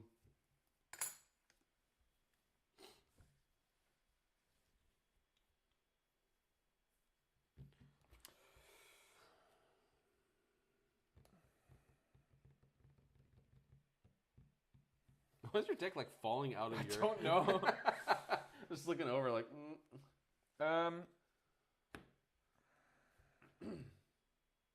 Hey, we're deep blue bros. Deep blue bros. We're deep bros. Invoke Tamai and sand cover. Oh, so block 7. Take 1, 2, 3. 3. Get rid of that ash, buddy.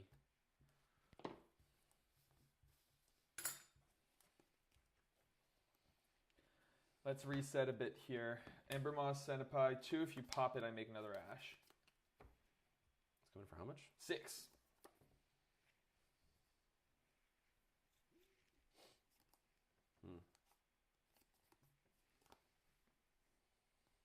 Yeah, that's fine. You can make an ash. You already have 2. We're so back. We're so back.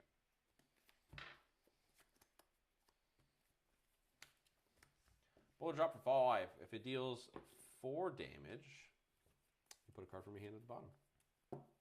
Or at the top, sorry.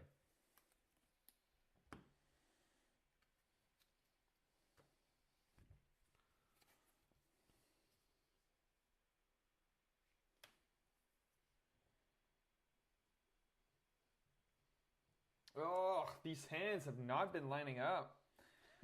It's It awkward. didn't line up for Katsu. It didn't line up for Ice Age. For Icelander. Ice Age. They've really fucked me up with calling it Silver Age and then showing Icelander. Because my brain is just like forever like, this is Ice Age. It's just fuck me up forever. Fuck me. Fuck me, fuck yeah. Fuck me forever. I'll block 4, take 1. So all those good dragons being used for block. Love it. Time Snap. Potion. Pass. Potion pass. Potion. Pass. Bravo. We. One floating.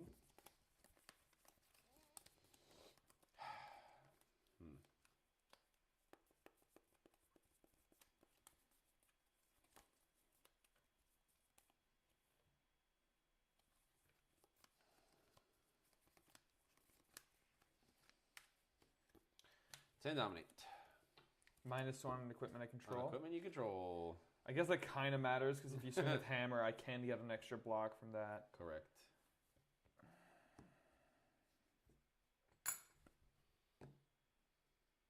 Oh, I forgot most of the potions are illegal in Sage. That's true. Are you brewing now? Take 7. Arsenal Impasse. Gonna start brewing now, Malik? Are you gonna play Potion Arachne? Potion Fatigue Arachne? Tricky.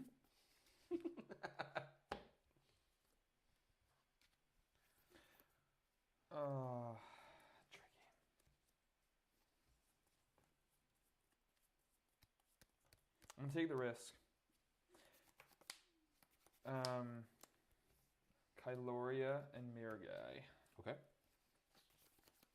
I'm gonna go to 1. I have 1 float.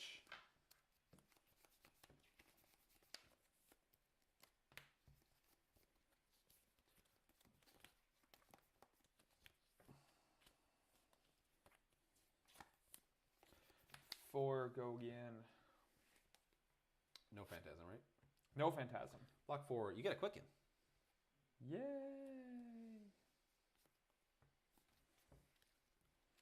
Yeah, no blocks Arachne. All I got are pearls.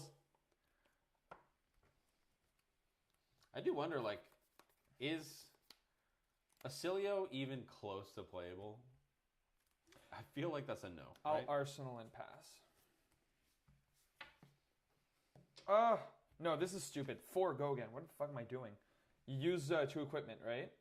Yes. Yeah, I should. You've already attacked. Oh, with that's what you block. Okay. Yeah, never I was mind, like- never mind. No. I'm being silly. Nicholas. No blocks for Acme. And Blitz thinks he's fine. Yeah, because like in stage episode, yeah, of course. Pen will help make a lot of heroes playable. I don't think so. So I played enough Flesh and Blood to know that what ends up happening is that the rich get richer. Generally, like there's like unless they print like just specs, most of the time like anything that makes anybody playable just makes the good decks better. So, but we will see.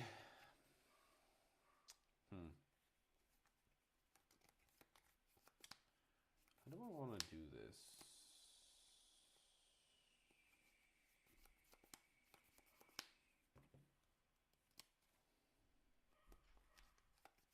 I think I made an illegal move last turn. I popped my cloak. Not last turn, last game. I popped my cloak on my own turn. No, it was my turn. Oh, it was Ice Eternal. Yes. Yeah. It gave me 3 frostbites. That's the only condition, right? Yeah, it's just that it's on my turn. Coming in for 8 at you. 8 at me. With Chew floating. Oh, jeez, I wonder what it could be. I don't know. The few cards we've seen seem to be very targeted. Right. But like if Oldhim's at the top, those cards are good for Oldhim, right? Like those D-reacts, so you're like, oh, it makes all the like less powerful. It's just like, no, but like all the good elemental heroes are just better now. That's the problem. Thinking.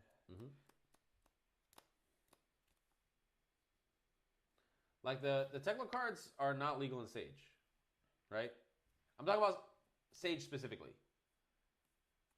In this case. I do expect, like, kind of like what they did with Dusseldon, where they had all those, like, weird specs that nobody plays. Where they, like, will have, like, rare specs for, like, every single hero, right? Oh, they promos, we don't know how good they are. There's no way those cards are rare. There's no way. Those cards are really fucking good. I'm blocking 5. They're for sure Majestics. Goes up to 10. I will take no damage because I'm going to heal. Sure. Because this is covering 9. But I go up to 10 and then take 1. Yeah, 10. Okay, good. You have no cards in hand to discard. Nope. Okay. 4 go again, thanks to you. I'm such a nice guy. Such a nice guy. No blocks. Okay. 4 on hit. And you do not have this, sir. Well, I'll give it to you soon.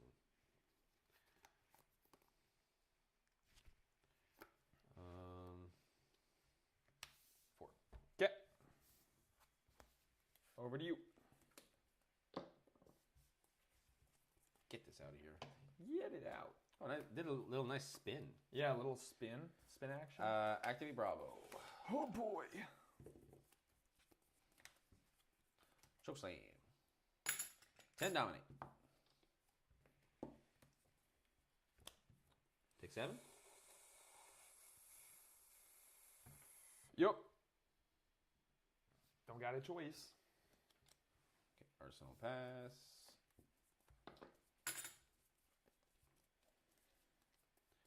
Like, it just creates this cycle that I just need to keep 2 cards in hand. 4 go again. While also having, like, a fridge. Yeah, he's probably the best hero in Sage, I'm guessing. Clash. Ooh, 4. So you get a Might. Thank you. Here you go. 4, go again. Fair enough. Yeah, no blocks. 4 on hit, I draw.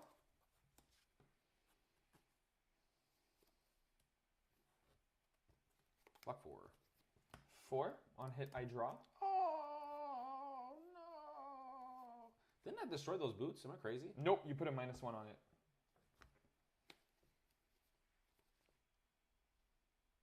Oh, yeah. Wouldn't matter. I can't block with them anyway. Oopsies. I was curious. 1 second. Let me ban this fool. Ban this idiot. Ban him and block him. Ban. Gotta love it. God, it feels so powerful when I do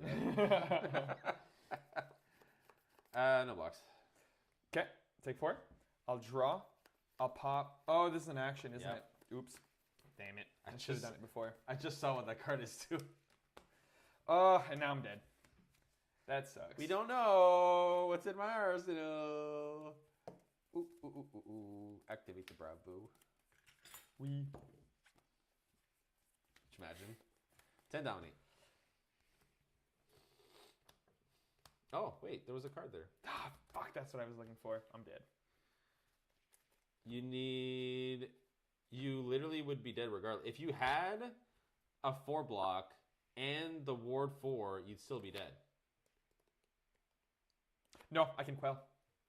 Oh. I'd be at 1. Yeah. You got me. No, and that mattered. Fuck, if I popped the time snap beforehand, like I should have known that you weren't gonna. Like it's either I ruin your turn. Yeah, that was a huge. No, because I can end. still block. I don't die. You don't die, but you go. Yeah, I guess you don't. It doesn't matter to me. No, because you'd be. Yeah, you'd be at 3. 1. I can block 2. Yeah. Take 2, go to 1. Yeah. Oh well, I non-stop lost. That's unreal. Non-stop loss. Played 4 games, lost all 4.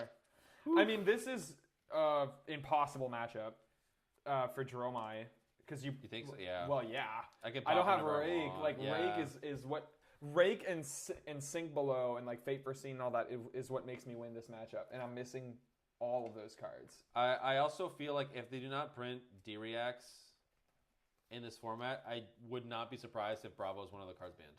Yeah. Like, Chain is at the top right now. Chain is literally just LL Chain. Yeah. Like, it's insane. But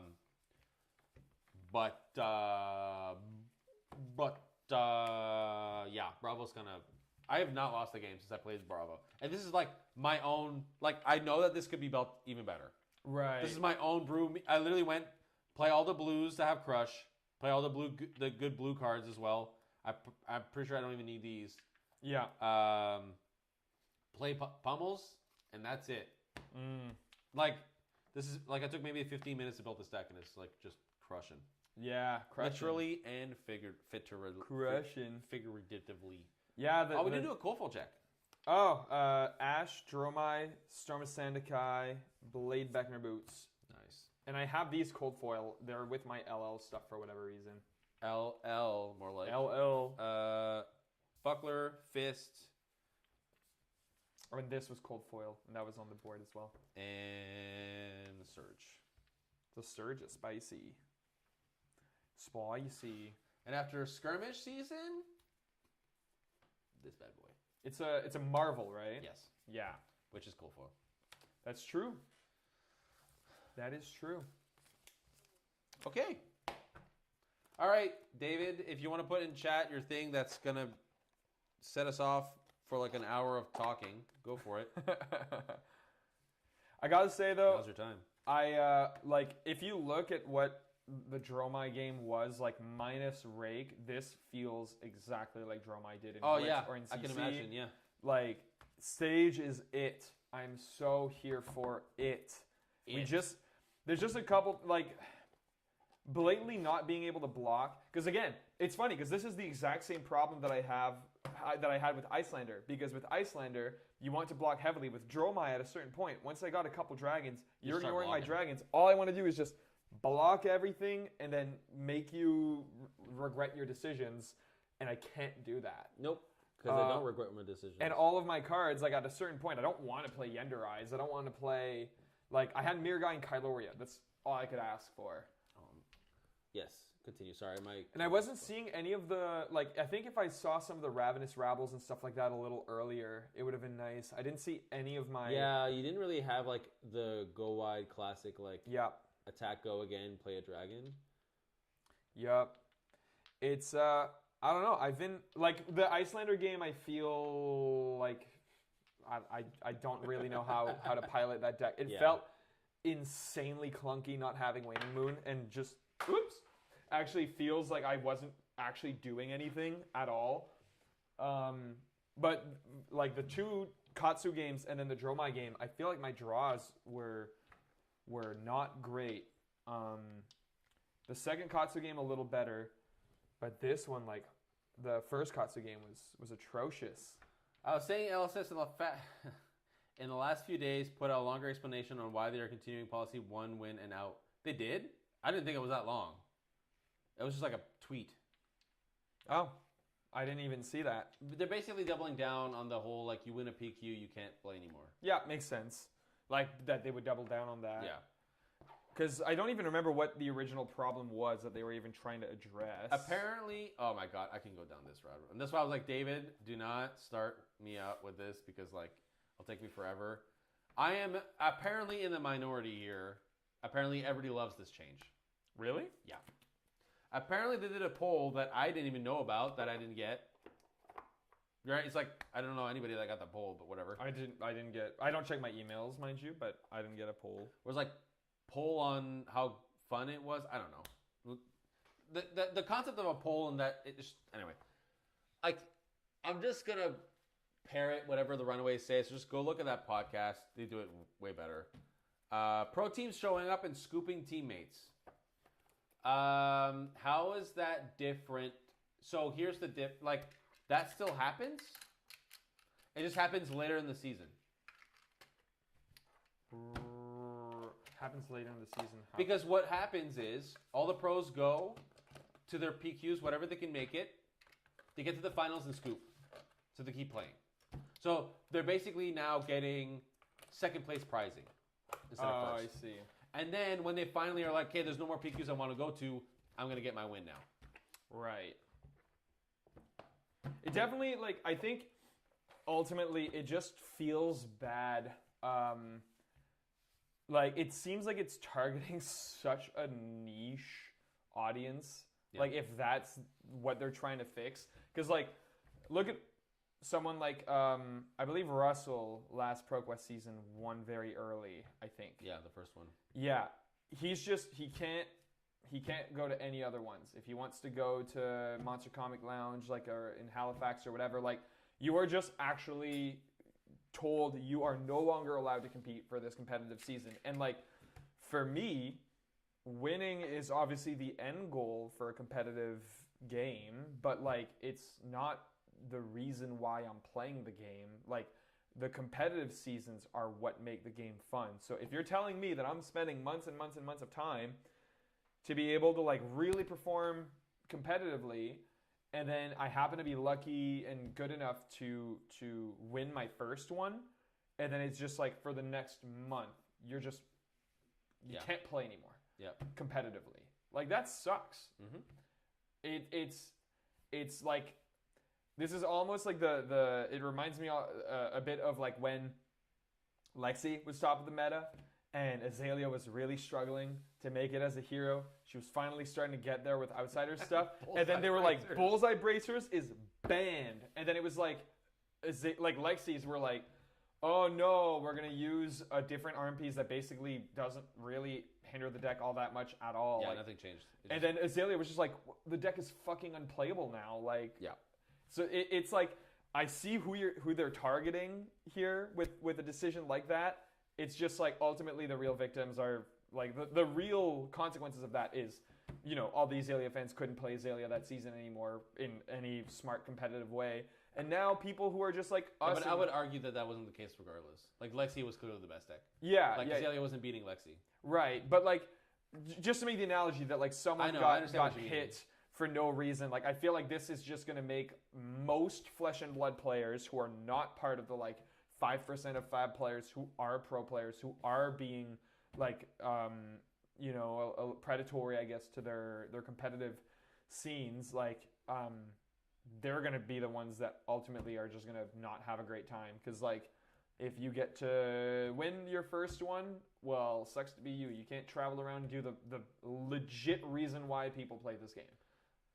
For me, it's, like, even more simple than that. It's, like, whenever you have a policy that directly or indirectly stops someone from playing your game, it is a bad policy. Yeah, absolutely. It's that simple. So, like, it's one of those things where, like, we can agree or disagree whether or not it's a problem to begin with, but I think we should agree that it's not a good solution. Yeah, I agree. I think that a better solution is just double the amount of PQs and RTNs. If the pros are becoming assholes, just have an area that has 2 RTNs happening at the same time. Flip a coin. Oh, so then they can't fuck up both. Yeah, that's true. So then if your issue is not enough invitations, make more invitations. Or you can even do what they do with the RTN season, where there's invites in other ways other than the top 4 with the XP stuff. That, to me, fixes everything. Where, like, sure, you didn't win your RTN, but you can still get there through XP if the same people are just winning all the RTNs. I, for one, want to know whether or not it is an actual issue. Genuinely. Yeah. Like, is it a problem that is permeating more than, like, 10% of the player base? 2, like, does this actually fix that issue? I just, like, from what the pros are saying is, like, well, I either win and I just take a month off, or I just go to the finals and then scoop, so I just keep playing. So just, like, all you're doing is really just, like removing the second place prizing. Yeah. Instead of first place. So, like, maybe it feels less bad, but, like, the same player's just going through and, like, winning all the tournaments anyway. And, like, discussions are allowed to discuss pricing and stuff like that. So they could even There's have even scenarios where they get the gold foil. Yeah, exactly. Because they're like, I don't want the invite. And the other guy's like, well, I want the invite. It's like, okay, cool, I'll scoop. And like, okay, cool. And then they give the gold foil. You're like, that happens. Yep. So it's like, that literally happened locally. Yes. So it's just like, oh, okay. And it's just like, and so the part that I have not seen people talk about, that I will bring up, because otherwise I don't want to, like, rehash what literally every other person has said, either on Twitter or on podcasts. The one thing I haven't seen people talk about, this completely invalidates, in my opinion, the entire LL system. How so? Kano should have LL'd. But because there's, like, a finite amount of good Kano players, once they won, they couldn't do it anymore. They couldn't go to another tournament and win that one. Oh, yeah. That's true. So, like, the LL points that are happening at the end of the season are completely, like, off. Right. Yeah. And Kano should have been So, down. like, any hero or any specialist is getting completely fucked by this. Because if they're, like, really, like, God forbid, if a really good Bolton player wins, they can't double it up. They can't just they can't go back-to-back on events and prove themselves if as, Bolton's, like, really good for particular meta or something like that. It's just, like, it fucks over specialists. It reinforces the whole, like, numbers game of, like, whoever's the most popular hero is going to win and get the LL points. Like, it's just, like, really fucks up the whole LL system, in my opinion. Are almost always, nowadays anyways, whoever, like, is the best hero of the newest set, except for Super Slam, I guess. The most aggro hero, usually. Yeah, and then they have 0.5 LL points now, so that just, like, will That's last the other thing, forever. Too. Yeah. Like, Syndra has been, I heard someone say, I don't know if it was on our, like, Discord chat or something like that, that Syndra's numbers are identical to Aurora's, basically. Yeah. And she should be LL by this point. Yeah. She is as problematic of an aggro deck as Aurora was, and... I disagree with that specific statement. Like, Aurora is, like, the de facto best deck. Syndra's, like, just slightly better. Yeah. I think there's other scenarios that you can fight. Like, Aurora was, like, the best deck, like, not even close. Yeah. Syndra there's still some game against Syndra, but Syndra is a very consistent aggro deck that has spike turns, and those are usually fairly good in every single meta. Yeah. I find it's annoying. They really need to do something about like... They can't get disruption or defensive right. They can't. Because, like, ice. I'm thinking back on, like, the past couple years. Like, what were the top of the meta decks? When I first started playing the game, I genuinely couldn't tell you. But once... It's Icelander and Oldhim. Okay, Icelander, Oldhim, Lexi when Outsiders came out. Mm-hmm. Lexi was the top dog. Icelander was at the top as well for a little bit. Like, Dromai was starting to get up there too. She was a good counter meta deck. Mm-hmm. She was a great number 2 pick. Mm-hmm. And then after that it was Outsiders. So Lexi, Oldhim, Icelander, and then KO. And then Dory and Dromai. Is KO Bravo, Dory Dromai? And then after that, it would have been Mizveil. So Zen. Yeah, Zen. All three Mizveil heroes. Yeah, Zen, and that. So like I'm thinking back, and you have like Dromai. We can consider her aggro for the sake of the argument, even because like the popular build was Empress, which was very aggro. So like once the ice heroes left, we had KO that was consistent good aggro, and then you had Dromai that was again for the sake of the argument aggro. Then you had Zen, which was insanely fucking aggressive. And then you had... But here's the thing I have a problem with, is that, like, you say Zen, but then, like, next to him was, like, Nu and Enigma, which were super fatigue decks. Well, Nu was never the best deck in the format. Enigma was. I think there's a lot of players that disagree. Nu was probably the best counter pick, kind of like what Dromai was. Sure. Like, she was a best deck, but not the best deck.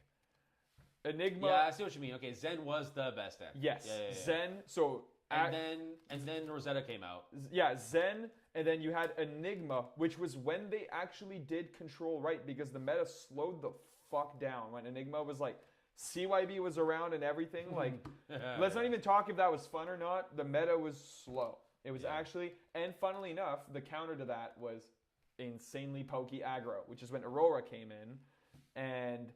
Ping, ping, ping, ping. And then, so Enigma was the last time that we had like a little bit of a slowdown. But then Zen, Dromai, or KO, Dromai, Zen, Enigma, sure. Aurora, Syndra. No. You're missing. There's Aurora. So there's Viserai, Aurora. Which Viserai was super fucking aggro too. But here's the thing. Then you have Florian, which was the best deck. I guess he was, yeah. So that's the thing. It's like there are ups and downs, but then like Florian was like this super like combo. Yeah, I guess when I stop and break it down, it's not as aggressive as I thought it was. It definitely still is. Like it's like when they printed Syndra, for example, the moment that I saw the text and everything, I was like, okay, here we go again. Another fucking ninja that's gonna be top of the meta. Well, to be fair, like Fi's been around forever, so you're like, oh, Draconic Ninja isn't that powerful. But it's just like the consistent ping over. Yeah. And the mask triggers, like it's just like well, if you think about it, consistency is higher than Fi. Aurora was the same thing, right? Like, and Aurora was a rune blade, but like, I remember that we had a guy. She was Lightning Ninja, exactly. People like called her Lightning Fi, like that's because since Syndra didn't exist at the time, and all she did was 4, 4, 4, 4. Yeah. So it's ping, sometimes ping, you draw, ping. sometimes you ping. Yeah, exactly. So like, it's just I feel like every time I think back on the meta, every single meta hero is just like mega fucking aggressive. The only times that we've had a break from that was Enigma, Florian, Verdance was probably best deck for a little bit, and Gravy. Like, and even then Gravy, like, I don't know how to explain it. Gravy doesn't feel to me like a slow deck at all. It's an aggro deck, Exactly. Yeah, like I personally like when I think aggro deck being the best deck is fine. I just like having a slow defensive deck as a counter, and then a maybe disruptive deck to counter the slow defensive deck. I don't know. Slippy. I forgot about Slippy. There's an aggro decks. Yeah, holy another aggro deck. Yeah, I miss Slippy. Oh, that was good. Bring Bonds back, please. Thinking back on it, I gotta say my favorite meta where like I was being competitive and I was playing because unfortunately like all the ice stuff was like before I started like taking Fab like ridiculously seriously, and like actually like putting in hours to practice and stuff like that. So for me, my favorite meta was the value-based meta. So heavy hitters. The heavy hitters. It's funny because a lot of people like that meta, but a lot of people said that they were really bored by that meta. What I thought was interesting was that like decks were built to block, and that was nice. Yeah. Like it's nice when you're not just looking at your hand and you're like, I'm just gonna dish out, and like it becomes a matter of who draws best because all you do is just dump, and then you're like dump, and I go dump, and then it's just like, oh, my numbers are better than yours. Like you can look at hands and be like, this is X amount of value, but if I arsenal this and instead block with that meta was so fun and way more dynamic than anything else. I agree. And, I agree. And it was a blast. People can say it's boring, sure, but it wasn't. Like, to me, fun fab is not making big numbers bigger, which I think is for a lot of people, which is why, like, aggro is so popular, because you're just like, holy shit, that was like a fucking 51 damage turn. like, sure, that's exciting, but what makes sustainable a sustainable, fun, competitive experience, for me personally, very subjectively, is complexity and turn by turn.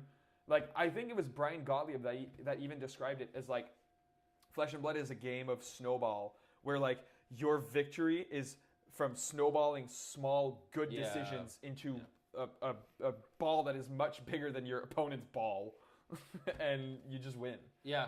That is way more fun that way. It's your victories are from small victories instead of one big turn. Yes, exactly. Earth kind of took away setup from the Plow Under. So, like, that's what's funny. I actually think that Plow Under is a lot more problematic than Felling. In that sense, like, I remember once again, I think it was the Runaways. They were saying, like, a lot of modern design for Flesh and Blood has just removed arsenals. Yeah. There's so much arsenal disruption. There's literally an uninteractive arsenal disruption, like Plow Under, for example. It's just kind of like meh. But I don't want to harp on Fab too much. They just, especially when it's like just like stuff that like other people have talked about ad nauseum. For me, I'm just like I've taken a break from Fab for the summer, and then going back into it. Nothing is making me like stick to it anymore. Like, I'll start playing, I get the itch to play again, and then I play a little bit, and I'm like, right, this is the meta, this is what's going on right now, and I'm like, it hasn't really changed at all from when I stopped playing like 3 months ago. Yeah, it just feels stale. So I'm like, okay, I'm satisfied. I played a couple games, whatever. Sure, now like maybe I won't like. I'm looking for a set/meta that's gonna get me to be like, I want to go to every fucking armory that's going on. Like, I'm gonna try to move my students to go to the Thursday armories and stuff like. And so far, like, I'm looking at, like, you know, on Mondays, even on days where I have no plans at all, and I'm like,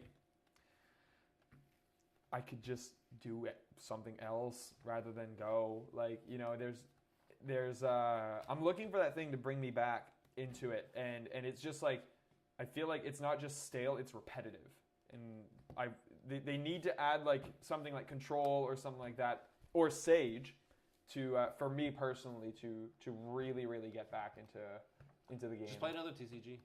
No, that's literally. So what made me want to go back and play Flesh and Blood is I played Riftbound. Oh really? Yeah. Play another TCG, you'll be like, all right, Flesh and Blood's incredible. I play Pokemon Pocket every day on my phone. It's not really the same, though. It's not even a TCG. The games are 2 minutes. But also, like, I'm just like, right, because it's a downtime, I'm just playing like the weird off decks. I'm playing like classes that I have built that I just kind of never got to.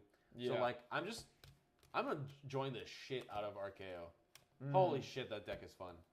Like, it just feels like I'm like Assassin, kind of. Like, all my cards are kind of like super, and like, it's literally a deck. It feels very different from Flesh and Blood, like normal Flesh and Blood, where like you're at your like. With Flesh and Blood, like, your life is a resource. In RKO, it is not. You cannot take damage, so you need to like keep as high life total as possible. Yeah. So like all your cards are way above rate. Right. Because you're like gain a bunch of value from being above. So like the amount of times that like I'll block for 6 with my equipment on turn 0. My opponents are like, what the fuck? And then I'm like, I'm above, and then I sigil, and I'm above life, and I'm like, and that stays for the entire game. And I just win. And they're like, what the fuck? I was like, it's because I blocked early, and I could sigil, and it gets me ahead, and I win that way. Right. Or like even just like turn 1 Sirens, where you like gain a life from it blocking. Oh, that feels great. And just like that 1 extra life, and you're like, cool, I'm winning the game now. I just want them to do another ice set. Yeah. With the new ice set, so they can play Control. I know that a lot of our problems is just the new ice set. I think would fix a lot. Yup. Can confirm our game Saturday was odd. Yeah. I just love RKO. It's so fucking fun. I mean, if they make Jarl a better deck, like if Jarl becomes somewhat meta, I think that would be interesting. Yeah, I mean, that's what I mean. Like, they just need ice. So that's why I'm waiting for, what is it the April set? June set. Whenever they said that Aurora's coming back. It's probably gonna be Ice Lightning. Yeah, that's what I'm guessing. That's what everybody's saying. It's probably an Aria set. So that means that Monarch is gonna be the last set of the year. Yeah. Ouch. It's good for my wallet. True. I don't know how much I want to invest in Compendium of Wraith yet. We know that, we don't know any of the real new cards from it just yet, so it's hard to say. I think I'm going to buy a box, maybe, which I haven't bought a box.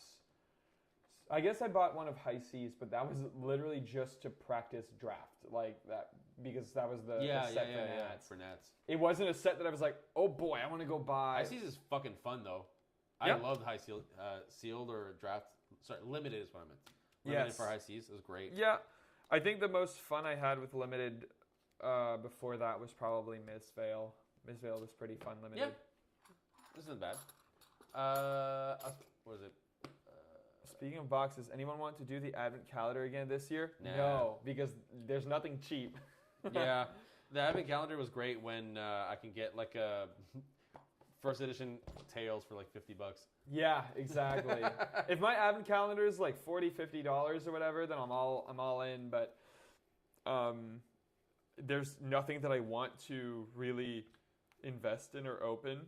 Like, I would actually be interested maybe like in a Dusseldon box, maybe a Dynasty if I could get one. But other than that, I'm fine. Yeah, so I'm probably not doing that. I have to save up. I'm going to get tattooed starting in February, and I'm going to get tattooed every 3 months from there. So basically, like, most of my paycheck's going to be going to that. Every 3 months? My goodness. Sorry, every 3 weeks. 3 weeks? Yes. God damn. Yeah. So because it's a full sleeve, and she's doing it in patches. I see. So she's doing a gray outline so that she doesn't lose the stencil. But then she's gonna do like a part at a time. So like normally you would do your outline or whatever, and then have to wait like 3-6 months to heal to do the next part. But because it's all sectioned off, she doesn't have to wait for this to heal. Mm-hmm. She can just do the next section and the next section after that. Right. So we can go every 3 weeks. So it's gonna be like every 3 weeks of my life for like a year. Hell yeah. So I'm going to be in constant itchy pain. Constant itchy pain. I mean, if you take good care of it, it won't be itchy for very long. Like, these were not, like, they were itchy for the first, like, 2 days. Yeah, but it's still funny. But it just keeps reoccurring. Speaking of the Metroid, by the way, I think... Oh, fuck. What day are we? We're the 26th, so next...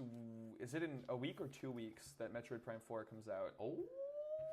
Let me see the calendar. I know this is not Fab-related, but It's never stopped us before. It's next week. Oh my god, the game's coming out next week. What day? December 4th. So it's the day after stream. Okay, thank God. I was like, there's no way I'm getting you into stream if it came out. Oh, hell no. Hell no. And I want to be really traditionalist about this, so I'm not even... Traditionalist? I'm not even staying up to get the digital download at midnight. I'm getting it physical in the morning on Thursday. Full on nostalgia. Yeah. Fuck, man. I didn't realize it was next week. I'm not ready. I'm not emotionally... Your body is not ready. Yeah, I'm not emotionally ready for boomer. this game. Yeah, I mean, when it comes to media, I'm very boomer. I just started listening to all my records and stuff again while I work. That's a hipster. I try to buy most of my games physical if I can. I mean, I'm for good reason. Like, we've seen it where some companies are just like, this game no longer exists. Yeah. You are purchasing a license to play the game. You're not actually purchasing the game itself. But now it doesn't even matter anymore now that I say that, because most discs are just keys. Yeah, they don't even have anything. Anyway. It's all digital anyway. That's why emulators will be the thing of the future. Well, it currently is. But they show though, because like Switch games are notoriously usually very well compressed. So they're like a couple gigabytes each. Mm-hmm. The file size for the Switch 1 and Switch 2 versions of Metroid Prime 4 have been revealed to be 25 and 29 gigs, which for Switch 2 games is fucking crazy. Yeah. It's big.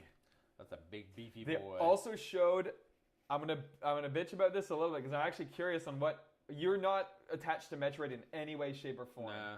I do. So the thing is, I like the atmosphere and stuff. It's just not nostalgic like it is for you. So great that you mentioned the atmosphere, because I saw some a couple weeks ago they started giving the game or letting game review websites and people and stuff like that a chance to play the game for a couple hours.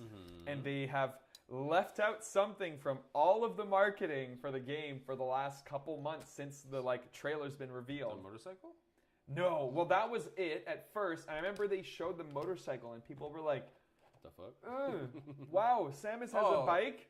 Okay. Like, I think it'd be fine if it wasn't for Breath of the Wild. Yeah.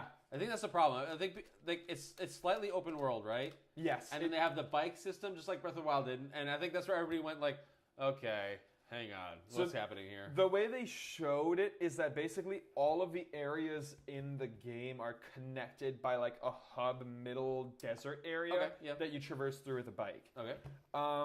Am I down to clown with that? We'll have to see.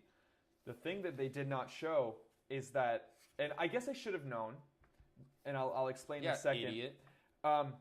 There are characters in the game, NPCs that talk to you, and one of them is like a quippy, quirky, Marvel humor, millennial humor type of like you see him, he's like hanging from like a vine or whatever, and he's like, "Can you help me, Samus?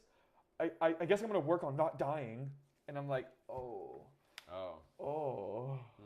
this is. They've added this, and everyone who's played the game have all said the same thing. They're like, the game is flawless, except for this fucking annoying character. He's like, is it on Switch or Switch or just Switch 2? Both.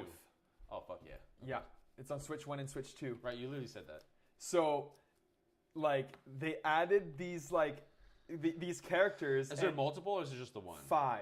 Oh, are they all the same? Like no, like as annoying. There's like one that's like, I will do anything to protect my family, and like whatever. What's the context of these characters? Where are they in the world? They are Galactic Federation troopers, which the Galactic Federation are like the Space Marines, basically, in the Metroid universe. Yeah. Funny you say that. I've been playing Space Marines too. Oh hell yeah! It's fucking that awesome. game looks so fun. Oh my god! Talk about machismo. But yeah, so I'm worried because the thing with Metroid games. It's all about that. It's all about isolation and the atmosphere. Like you said, Metroid, like if you ask anyone, even someone who's not a Metroid fan, what does Metroid mean to you? They're like, oh, like the feeling of like loneliness, being in a maze filled with like creatures that you have no idea what the fuck they do or anything. Yeah. And if you're telling me that I'm going to be fucking walking around the corridors of Metroid Prime 4 of Euros trying to figure out what to do, and I have this little guy in the back of my head going, have you tried shooting that, Samus? Like, is it like that? Is it where he VOs in? Yes. Oh, that's fucking insane. I thought it was like, the only thing that was like, maybe they can do it is like, if there's like a specific area that you go in and that's his area. Yeah. Fine. But if he's VOing you in while you're fucking doing your shit, that is garbage. So that's what it is. You find. Oh my god. You find him. You do the stuff or whatever, and then he, and then he VOs you. But so the reason why I should have known is because when they were hiring people for this game, first of all, they got a bunch of AAA people, like people who worked on like God of War and stuff like that to work on the game. And they were looking for people like storyboard artists and writers who specifically excelled in like emotional scenes and stuff like that. So we knew that there was going to be characters. We knew there was going to be cutscenes. You can have emotion without characters, man. Yeah, Metroid absolutely. has done it before. Yes. I mean, if you literally just read the scans of like the first Prime game, it's one of the most tragic stories in gaming histories. It's a bunch of Chozo people who were like hippies who refused to adapt to technology, so they moved to Talon 4, and they hopelessly waited for Samus, who was going to be like the chosen one, to come and rescue them, and they all fucking died. And you just get to see their ruins and like their dead bodies and stuff. Like, brutal. Not a single word is spoken in that game. Yeah. It's all scans. And it's great. And it adds like to it, in my opinion. Big time. And it's funny because like one of the most hated Metroid games was the one where she fucking talks. Other M, yeah. Yeah, you would think they learned from that. Well, yeah. I mean, she speaks in Dread, but it's fucking awesome. She has one line in Dread. I started playing Dread because I got it on the emulator. It's fucking great. It's probably the greatest 2D Metroid game, Metroidvania game, I will say, ever. Yeah. It's very good. There's like horror games don't do anything at all to me, but going in a If you haven't dread played Evil Within, come on, man. the Evil Within, yeah, I have. Evil Within 2?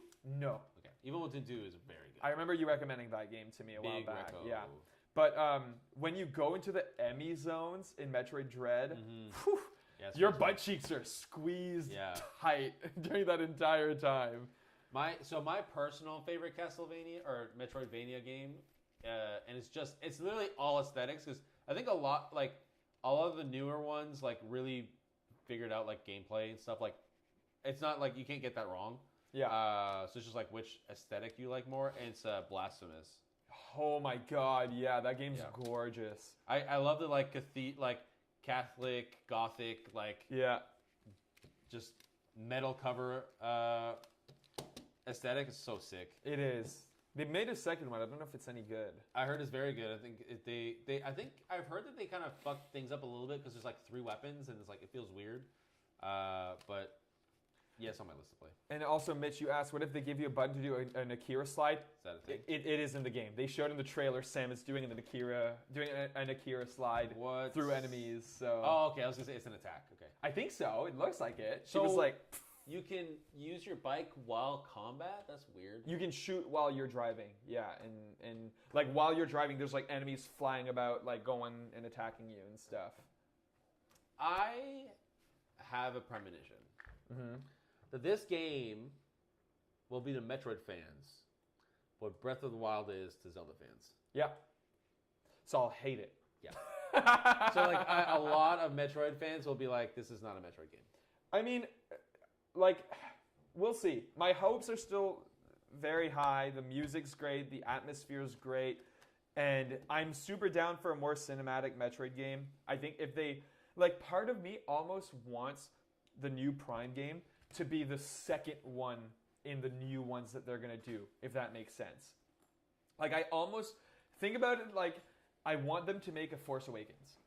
Like, a game that it's just Metroid Prime. Yeah. It's the same thing. Here's like, the thing. They the- should just do that. The safest thing ever, and then what the new concept they're doing in Beyond, that's the second game. The second new game. Okay, I understand. So if they tried all this outlandish shit, like, for the subsequent game, I'd be all down. But, like, You haven't got your... Yeah, my True fear Metroid is game. just that, like, will I have to wait another 18 years for another Metroid Prime game if this one is disappointing? I think so. Actually, the more I think about it, I think the answer is yes. Because Metroid Prime 4 was like announced so long ago, Yes. and they like could not make that game. So then they just probably went like, okay, we got some extra Breath of the Wild concepts that we're just gonna make into Metroid. Well, so what ended up happening is it was made allegedly by Bandai Namco, was making Metroid Prime 4, and it got announced in 2017, and then in 2019 they scrapped the game. They started fresh. They told people that they were not satisfied with the development of the game, so they're starting fresh with Retro Studios, who's the company who made the previous 3 Metroid Prime games. That doesn't actually mean anything because most of the people who made those games are gone. Yeah. Because of Nintendo, actually, because they crunched the shit out of that game company, and they were all like, peace, I'm not going through that again. Yeah. So there a lot of people left, so it doesn't actually mean anything. But that to me says that at least Nintendo was picky enough to say the first game they made would not have been good. They scrapped it. The new one, they stuck through with it. Took them 5-6 years to develop. So clearly they're doing something right, and it's built on the engine from Prime Remastered, and that game feels amazing. I agree. I played Looks that one. amazing, and So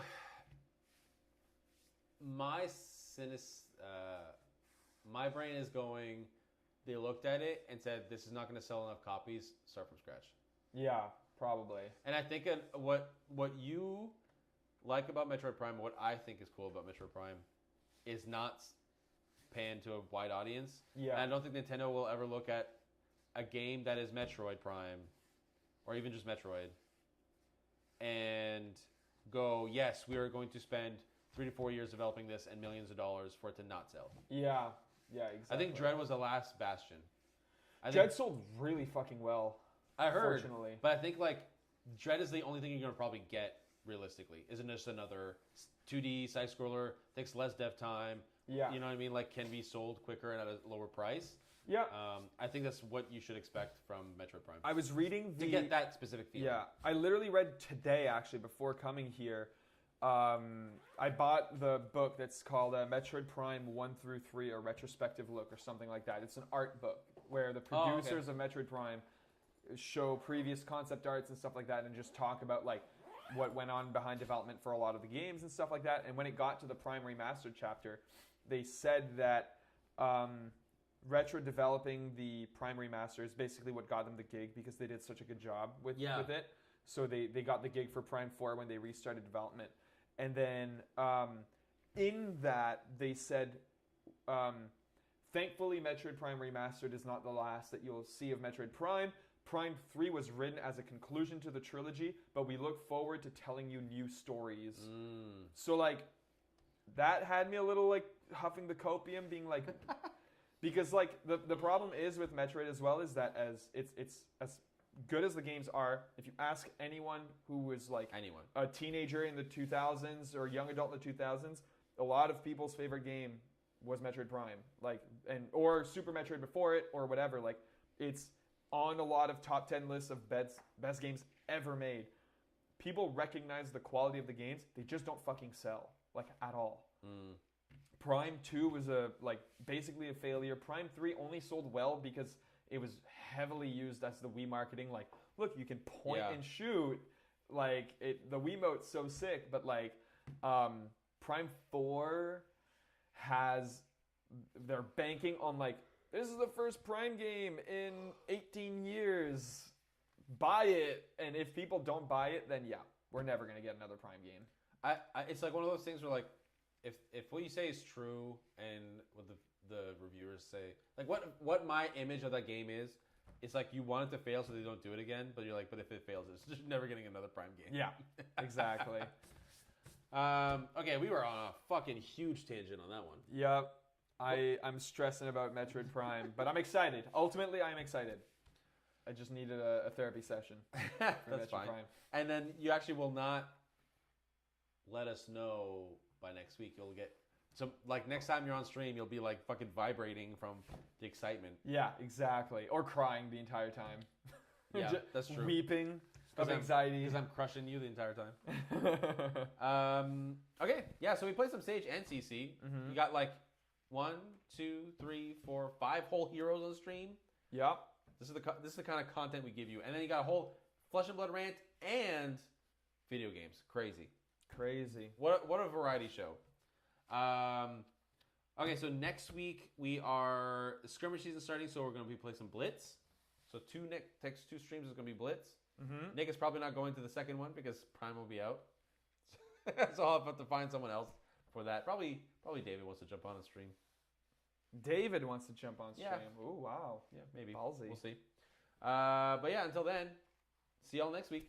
See y'all on the flip side. Bye.